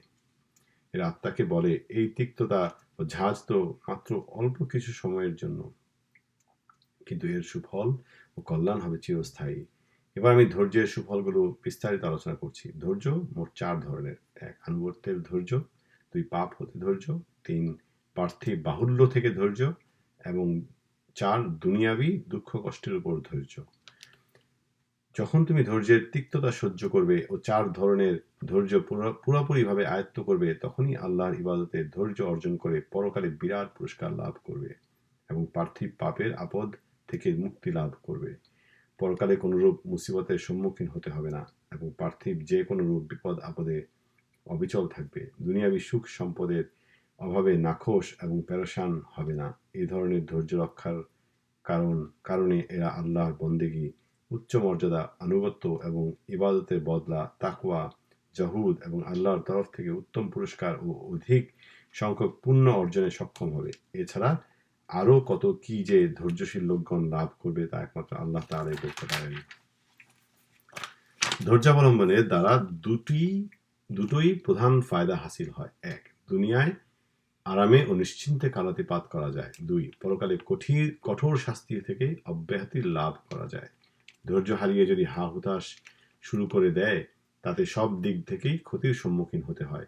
নানা ধরনের বিপদ আপদ ঘিরে ধরে। যেমন কেউ ইবাদতের কষ্টে ধৈর্য ধারণে উদাসীন হলে সে আর ইবাদত করতে সক্ষম হয় না। ফলে তাকে ইবাদতের বদলে যে পুণ্য হাসিল হতো তা না হয়ে বরং তাকে কঠোর আযাবের মুখোমুখি হতে হবে। শুধু তাই নয়, ধৈর্যহারা লোকগণ বাহুল্য ও অনর্থক কাজে লিপ্ত হয়ে পড়ে যার ফলে দুঃখ কষ্ট ঘনিয়ে আসে, তাও তার পক্ষে সহ্য করা সম্ভব নয়। ফলে সে ধৈর্য ধারণের পুণ্য থেকে বঞ্চিত হয়, আর অধিকাংশ ক্ষেত্রেই তার চাঞ্চল্য ও অস্থিরতা কাজের ফল লাভ থেকে তাকে দূরে রাখে। সুতরাং একে তো সে উদ্দেশ্য হাসিলে ব্যর্থ হয়, দ্বিতীয় সে পুণ্য লাভেও বঞ্চিত হয়। এভাবে সব দিক থেকে তাকে শুধু ক্ষতি বরণ করতে হয়। বিপদে অধৈর্য হলে এক বিপদের স্থলে অসংখ্য বিপদের সম্মুখীন হতে হয়। বিপদে অধৈর্য হয়ে যা হাতে আছে তাও খুইয়ে ফেলতে হয়। এতে কি লাভ বলো? কোনো কিছু চলে গেলে অন্তত এই চেষ্টাটুকু তো করা চাই যেন আর কিছু চলে না যায়। এ ব্যাপারে হযরত আলী রাদিয়াল্লাহু তাআলা আনহু এর একটি বক্তব্য উদ্ধৃত করা যায়। তিনি একবার এক রোগীকে দেখতে গিয়ে বলেছিলেন, যদি তুমি ধৈর্য অবলম্বন করো তাহলে অদৃষ্টে যে দুর্ভোগ রয়েছে তা ভুগলেও তোমার পুণ্য তো থেকে যাচ্ছে, কিন্তু যদি ধৈর্য হারিয়ে যা তা করে ও বলে ফেলো তাতে অদৃষ্টের ভোগ তো ভুগতেই হবে, অতিরিক্ত পুণ্য হারিয়ে শাস্তির যোগ্য হবে। মোট কথা আল্লাহর উপর নির্ভর করে অন্তরকে তার কামনা বাসনা থেকে দূর করে রাখা, দুনিয়াবী ব্যাপার নিয়ে চিন্তা ভাবনা বর্জন করা ও নিজের ভালো মন্দের সব ব্যাপারগুলোকে আল্লাহর উপর সোপর্দ করে দেয়া, কোনো কিছু বিনষ্ট হয়ে গেলে সেজন্য নিজেকে অধৈর্য হতে না দেয়া, বরং তাকে ধৈর্য ও নির্ভরতার রশিতে বেঁধে রাখা, যদিও অত্যন্ত কঠিন কাজ ও এ দাওয়াই ভীষণ তিক্ত, তথাপি এই কাজগুলো অত্যন্ত উত্তম এবং এই পথই হলো সোজা ও সরল। উপরন্তু এই পথেই অর্জিত হবে শুভ পরিণাম এবং উন্মুক্ত হবে সৌভাগ্যের দ্বার। যে পিতা খুবই স্নেহপ্রবণ ও সন্তান বৎসল, সম্পদশালী ও বৈকি, সে যদি তার পুত্রকে রোগের কারণে সুস্বাদু খাদ্য খেতে বারণ করে, তাছাড়া সে সন্তানকে এমন এক কড়া প্রকৃতির তত্ত্বাবধায়কের হাতে সোপর্দ করে দেয় যে তার প্রতি সর্বরকম দৃষ্টি রাখে, যথাযথভাবে রোগ চিকিৎসাও করে, এমনই পিতার সম্পর্কে তুমি কি ধারণা পোষণ করবে? তুমি কি মনে করবে যে পিতা কৃপণ চরিত্র বলে পুত্রকে সুসাধ্য খেতে দিচ্ছে না? এরূপ ভাবনা কোনো ক্রমেই সঠিক হবে না, কারণ তাকে তো দেখা যাচ্ছে যে সে বহু দান খয়রাত করে, তবে কি সে নিজের পুত্রের সাথে এরূপ কৃপণতা করে? তাও ঠিক নয়, কেননা সে তার সব সম্পত্তি তো ওই পুত্রের জন্য সঞ্চয় করেছে। তবে কি সে তার পুত্রকে শুধু কষ্ট দেওয়ার জন্য ওরূপ করছে? তাই বা কিরূপে বলি? কেননা সন্তান তো তার চোখের মণি, তার সামান্য সর্দি হলেই সে ব্যাকুল হয়ে চিকিৎসকের কাছে ছুটে যায়। তবে এত সব সত্ত্বেও সে যে সন্তানের সাথে অমন কড়া ব্যবহার করছে, তার পিছনে তার সন্তানের কল্যাণ সাধনের উদ্দেশ্য রয়েছে এবং ওই কড়া ব্যবহারের ভিতরেই সেই কল্যাণ নিহিত। পিতার ওই সামান্য কড়াকড়ি পুত্রের কল্যাণ সাধন করবে। যে অভিজ্ঞ চিকিৎসক দুরারোগ্য রোগীকে যে শরবত পান নিষিদ্ধ করে তাকে তিক্ত দাওয়ায় সেবন করতে দেয়, তার সম্পর্কে তুমি কি ধারণা পোষণ করবে? সে কি রোগীর সঙ্গে শত্রুতা করছে? রোগীকে কেবল কষ্ট দেওয়াই কি তার উদ্দেশ্য? না, তা কখনোই নয়, বরং রোগীর মঙ্গলের জন্যই সে ওরূপ ব্যবস্থা নিতে বাধ্য হচ্ছে, কারণ সে ভালোভাবেই জানে যে এরূপ অবস্থায় রোগীর ইচ্ছানুরূপ তাকে চলতে দিলে তার মৃত্যুর আশঙ্কা আছে। এর দ্বারাই তোমার বুঝে নেওয়া দরকার যে আল্লাহ যদি তোমাকে খাওয়া পড়া ও অর্থসঙ্গতির ব্যাপারে একটু কষ্টে রাখেন, তবে নিশ্চয়ই তা তোমার জন্য কল্যাণ এবং মঙ্গলের কারণ। তোমার কোনো অবস্থাই আল্লাহ তাআলার অগোচরে নয়। তিনি কোনো ব্যাপারে অক্ষম এবং কৃপণও নন। তিনি সর্বজ্ঞ, সর্বপ্রদাতা ও সব সম্পদের মালিক। দানের ক্ষেত্রে তার তুল্য কেউ নেই। এমতো ক্ষেত্রে যদি তিনি তোমাকে কোনো কিছু থেকে বঞ্চিত রাখেন, নিশ্চয়ই তা তোমার কোনো কল্যাণ এবং মঙ্গলের জন্য রাখেন। এর বিপরীত কি করে হতে পারে, যখন তিনি স্বয়ং বলেছেন খলাকা লাকুম মা ফিল আরদি জামিআ, অর্থাৎ তোমার ফায়দার জন্যই দুনিয়ার সবকিছু সৃষ্টি করা হয়েছে। অর্থাৎ তোমাদের প্রয়োজন যে কত বেশি জানেন তার পরিচয় অজস্র প্রমাণ ও নিদর্শন তিনি তোমাদের সামনেই ধরে রেখেছেন। তার মাধ্যমেই তুমি সারা দুনিয়ার সবকিছু বুঝে নিতে পারো। এ সম্পর্কে এক মশহুর হাদিসে আছে, আল্লাহ বলেন, ক্ষমতাশীল রাখাল সব পশুকে যেমন ভালো ভালো ঘাস এনে খেতে দেয়, তদ্রূপ আমিও আমার তাবেদার বান্দার জন্য ভালো ভালো নেয়ামতসমূহ দান করে থাকি। মূলত আল্লাহ তোমাকে যাচাই করে দেখার প্রয়োজন থেকেও অমুখাপেক্ষী, কারণ তোমার যাবতীয় বিষয় তার নখ দর্পণে। তোমার অক্ষমতা, দুর্বলতা কিছুই তার অজানা নয়। উপরন্তু তিনি তোমার উপর অত্যন্ত সদয় ও স্নেহশীল। তোমরা হুজুর পাক সাল্লাল্লাহু আলাইহি ওয়াসাল্লামের হাদিসটি শুনোনি কি? তিনি বলেছেন, আল্লাহ তার মুমিন বান্দার উপর স্নেহময়ী জননীর চেয়েও স্নেহশীল। উপরোক্ত বিষয়গুলো জানার পরে তোমার এই ধারণা অবশ্যই হতে হবে যে যেসব অপ্রিয় ব্যবস্থাগুলো তিনি তোমার জন্য করেছেন, সেগুলোর ভিতর তোমার কল্যাণ ব্যতিরেকে অন্য কিছু নেই। তিনি যেহেতু সবকিছুই অবগত, তাই তার প্রিয় ব্যক্তিরাই অধিকতর পরীক্ষায় লিপ্ত হয়ে থাকে। এর উপর নির্ভর করে হুজুর পাক সাল্লাল্লাহু আলাইহি ওয়াসাল্লাম বলেছেন, আল্লাহ যখন তার কোনো বান্দাকে বেশি ভালোবাসেন, তাদেরকে বেশি করে পরীক্ষায় লিপ্ত করেন। তিনি আরো বলেছেন, সর্বাপেক্ষা বেশি বড় পরীক্ষা দিতে হয় নবীদের, তারপর শহীদদেরকে, তারপর এভাবে শ্রেণী মতে। সার কথা হলো, যখন আল্লাহ তোমার জন্য পার্থিব সুযোগ সুবিধা বন্ধ করে দিবেন এবং তোমাকে অধিকতর দুঃখ কষ্ট প্রদান করতে থাকবেন, তখন বুঝে নিতে হবে যে তুমি তার কাছে অধিকতর প্রিয় ও মর্যাদাবান হতে চলেছ। তাই আল্লাহ তোমার সাথে তার বন্ধুদের যোগ্য ব্যবহার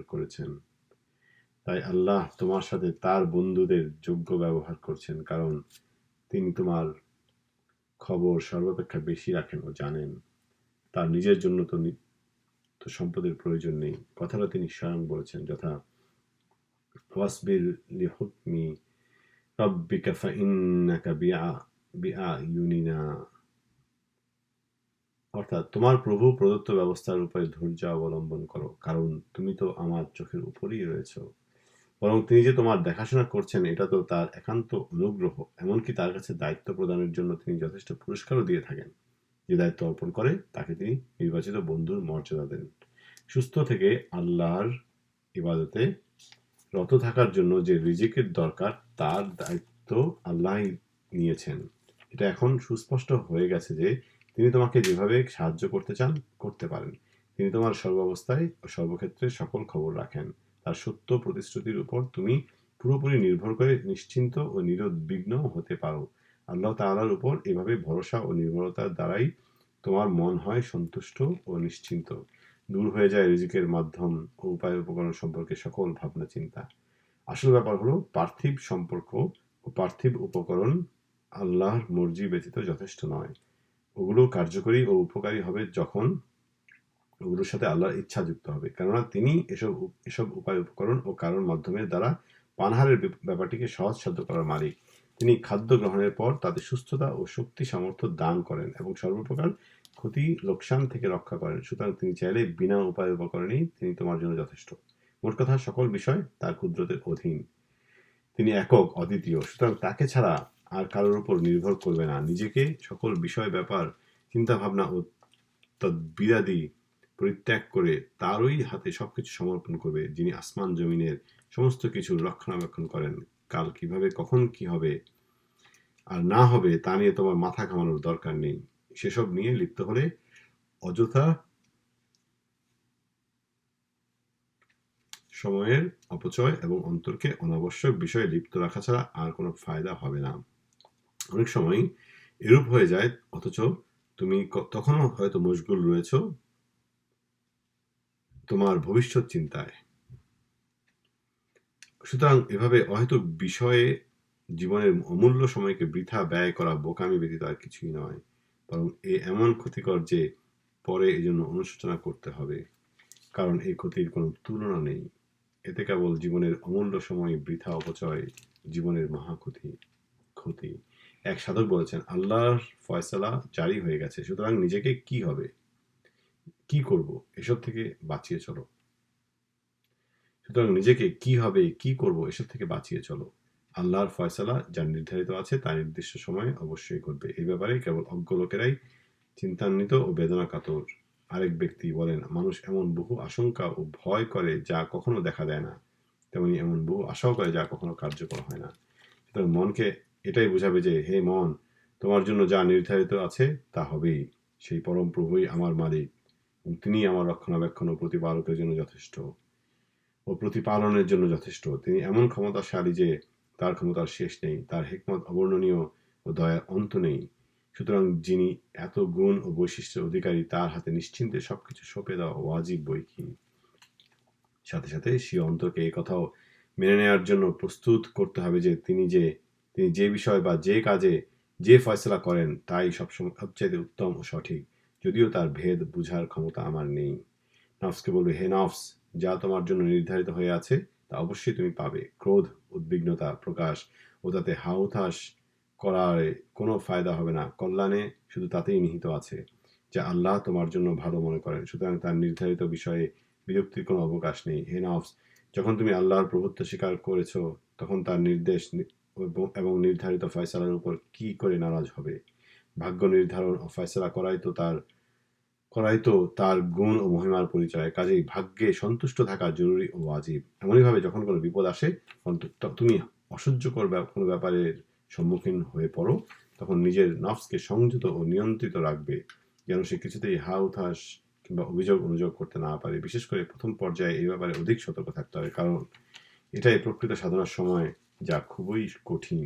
এ সময় নফসকে এইভাবে বুঝাবে, হে নফস, যা কিছু হবার ছিল হয়ে গেছে, এখন এর পরিবর্তনের কোনো অবকাশ নেই। এর দ্বারা আল্লাহ হয়তো আরো বিরাট ও কঠিন বিপদের পরীক্ষা থেকে রক্ষা করেছেন।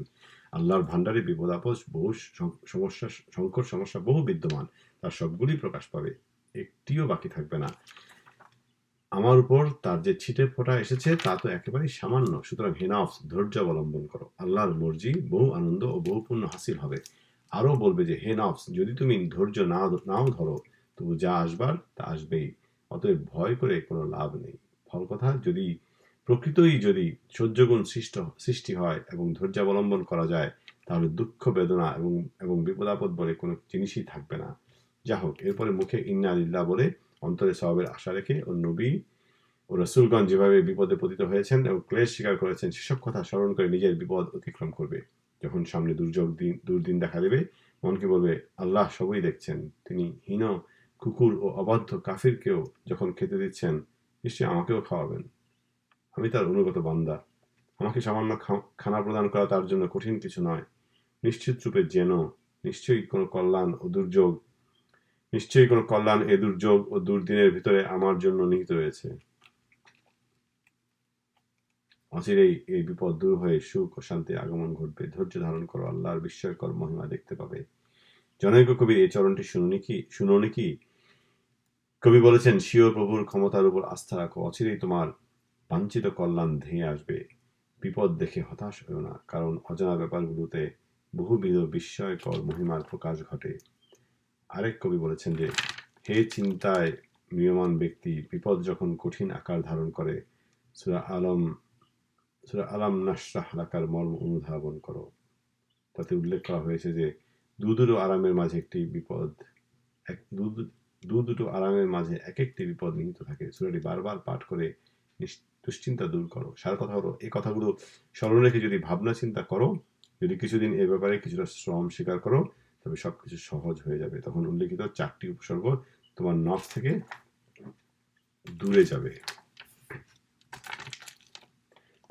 দূর হয়ে যাবে এবং তা থেকে সৃষ্ট সব দুঃখ ক্লেশ থেকে তুমি মুক্তি লাভ করবে। ফলে আল্লাহর দরবারে তুমি নির্ভরকারীদের দলে সামিল হয়ে যাবে। সেই সব লোকের পর্যায়ে পৌঁছে যাবে যারা নিজেদের সকল বিষয় আল্লাহর হাতে সঁপে দেয়, নিজের অদৃষ্টের উপর রাজি থাকে। প্রকৃত ধৈর্য অবলম্বনকারীদের মর্যাদা হাসিল করবে। দুনিয়ায় তোমার দৈহিক ও মানসিক শান্তি অর্জিত হবে। পরকালে বিরাট পুরস্কার ও পুণ্যের ভাণ্ডার লাভ করবে। সারা জাহানের প্রভুর দরবারে উচ্চ মর্যাদা লাভ হবে এবং আল্লাহ তোমাকে তার প্রিয় বান্দারূপে গণ্য করবেন। এইভাবে তুমি উভয় জগতের কল্যাণ অর্জন করবে এবং ইবাদতের পথ পেয়ে যাবে, কেননা এখন আর তোমার সামনে তো কোনো প্রতিবন্ধকতাও নেই, আর তোমাকে এদিকে সেদিকে আকর্ষণকারী কোনো বস্তু অবশিষ্ট নেই। এরূপ অবস্থায় তুমি এই কঠিন মঞ্জিল থেকে অতিক্রম করবে। আল্লাহর দরবারে ফরিয়াদ জানাচ্ছি, তিনি স্বীয় অনুগ্রহ দ্বারা তোমাদের সাহায্য করুন, কেননা সকল কিছুরই মালিক ও অধিকারী তিনি পরম দয়ালু কৃপাশীল। সেই মহান শ্রেষ্ঠ ও বুজুর্গতম আল্লাহ ব্যতীত আমার কোনো শক্তি ও সামর্থ্য নেই।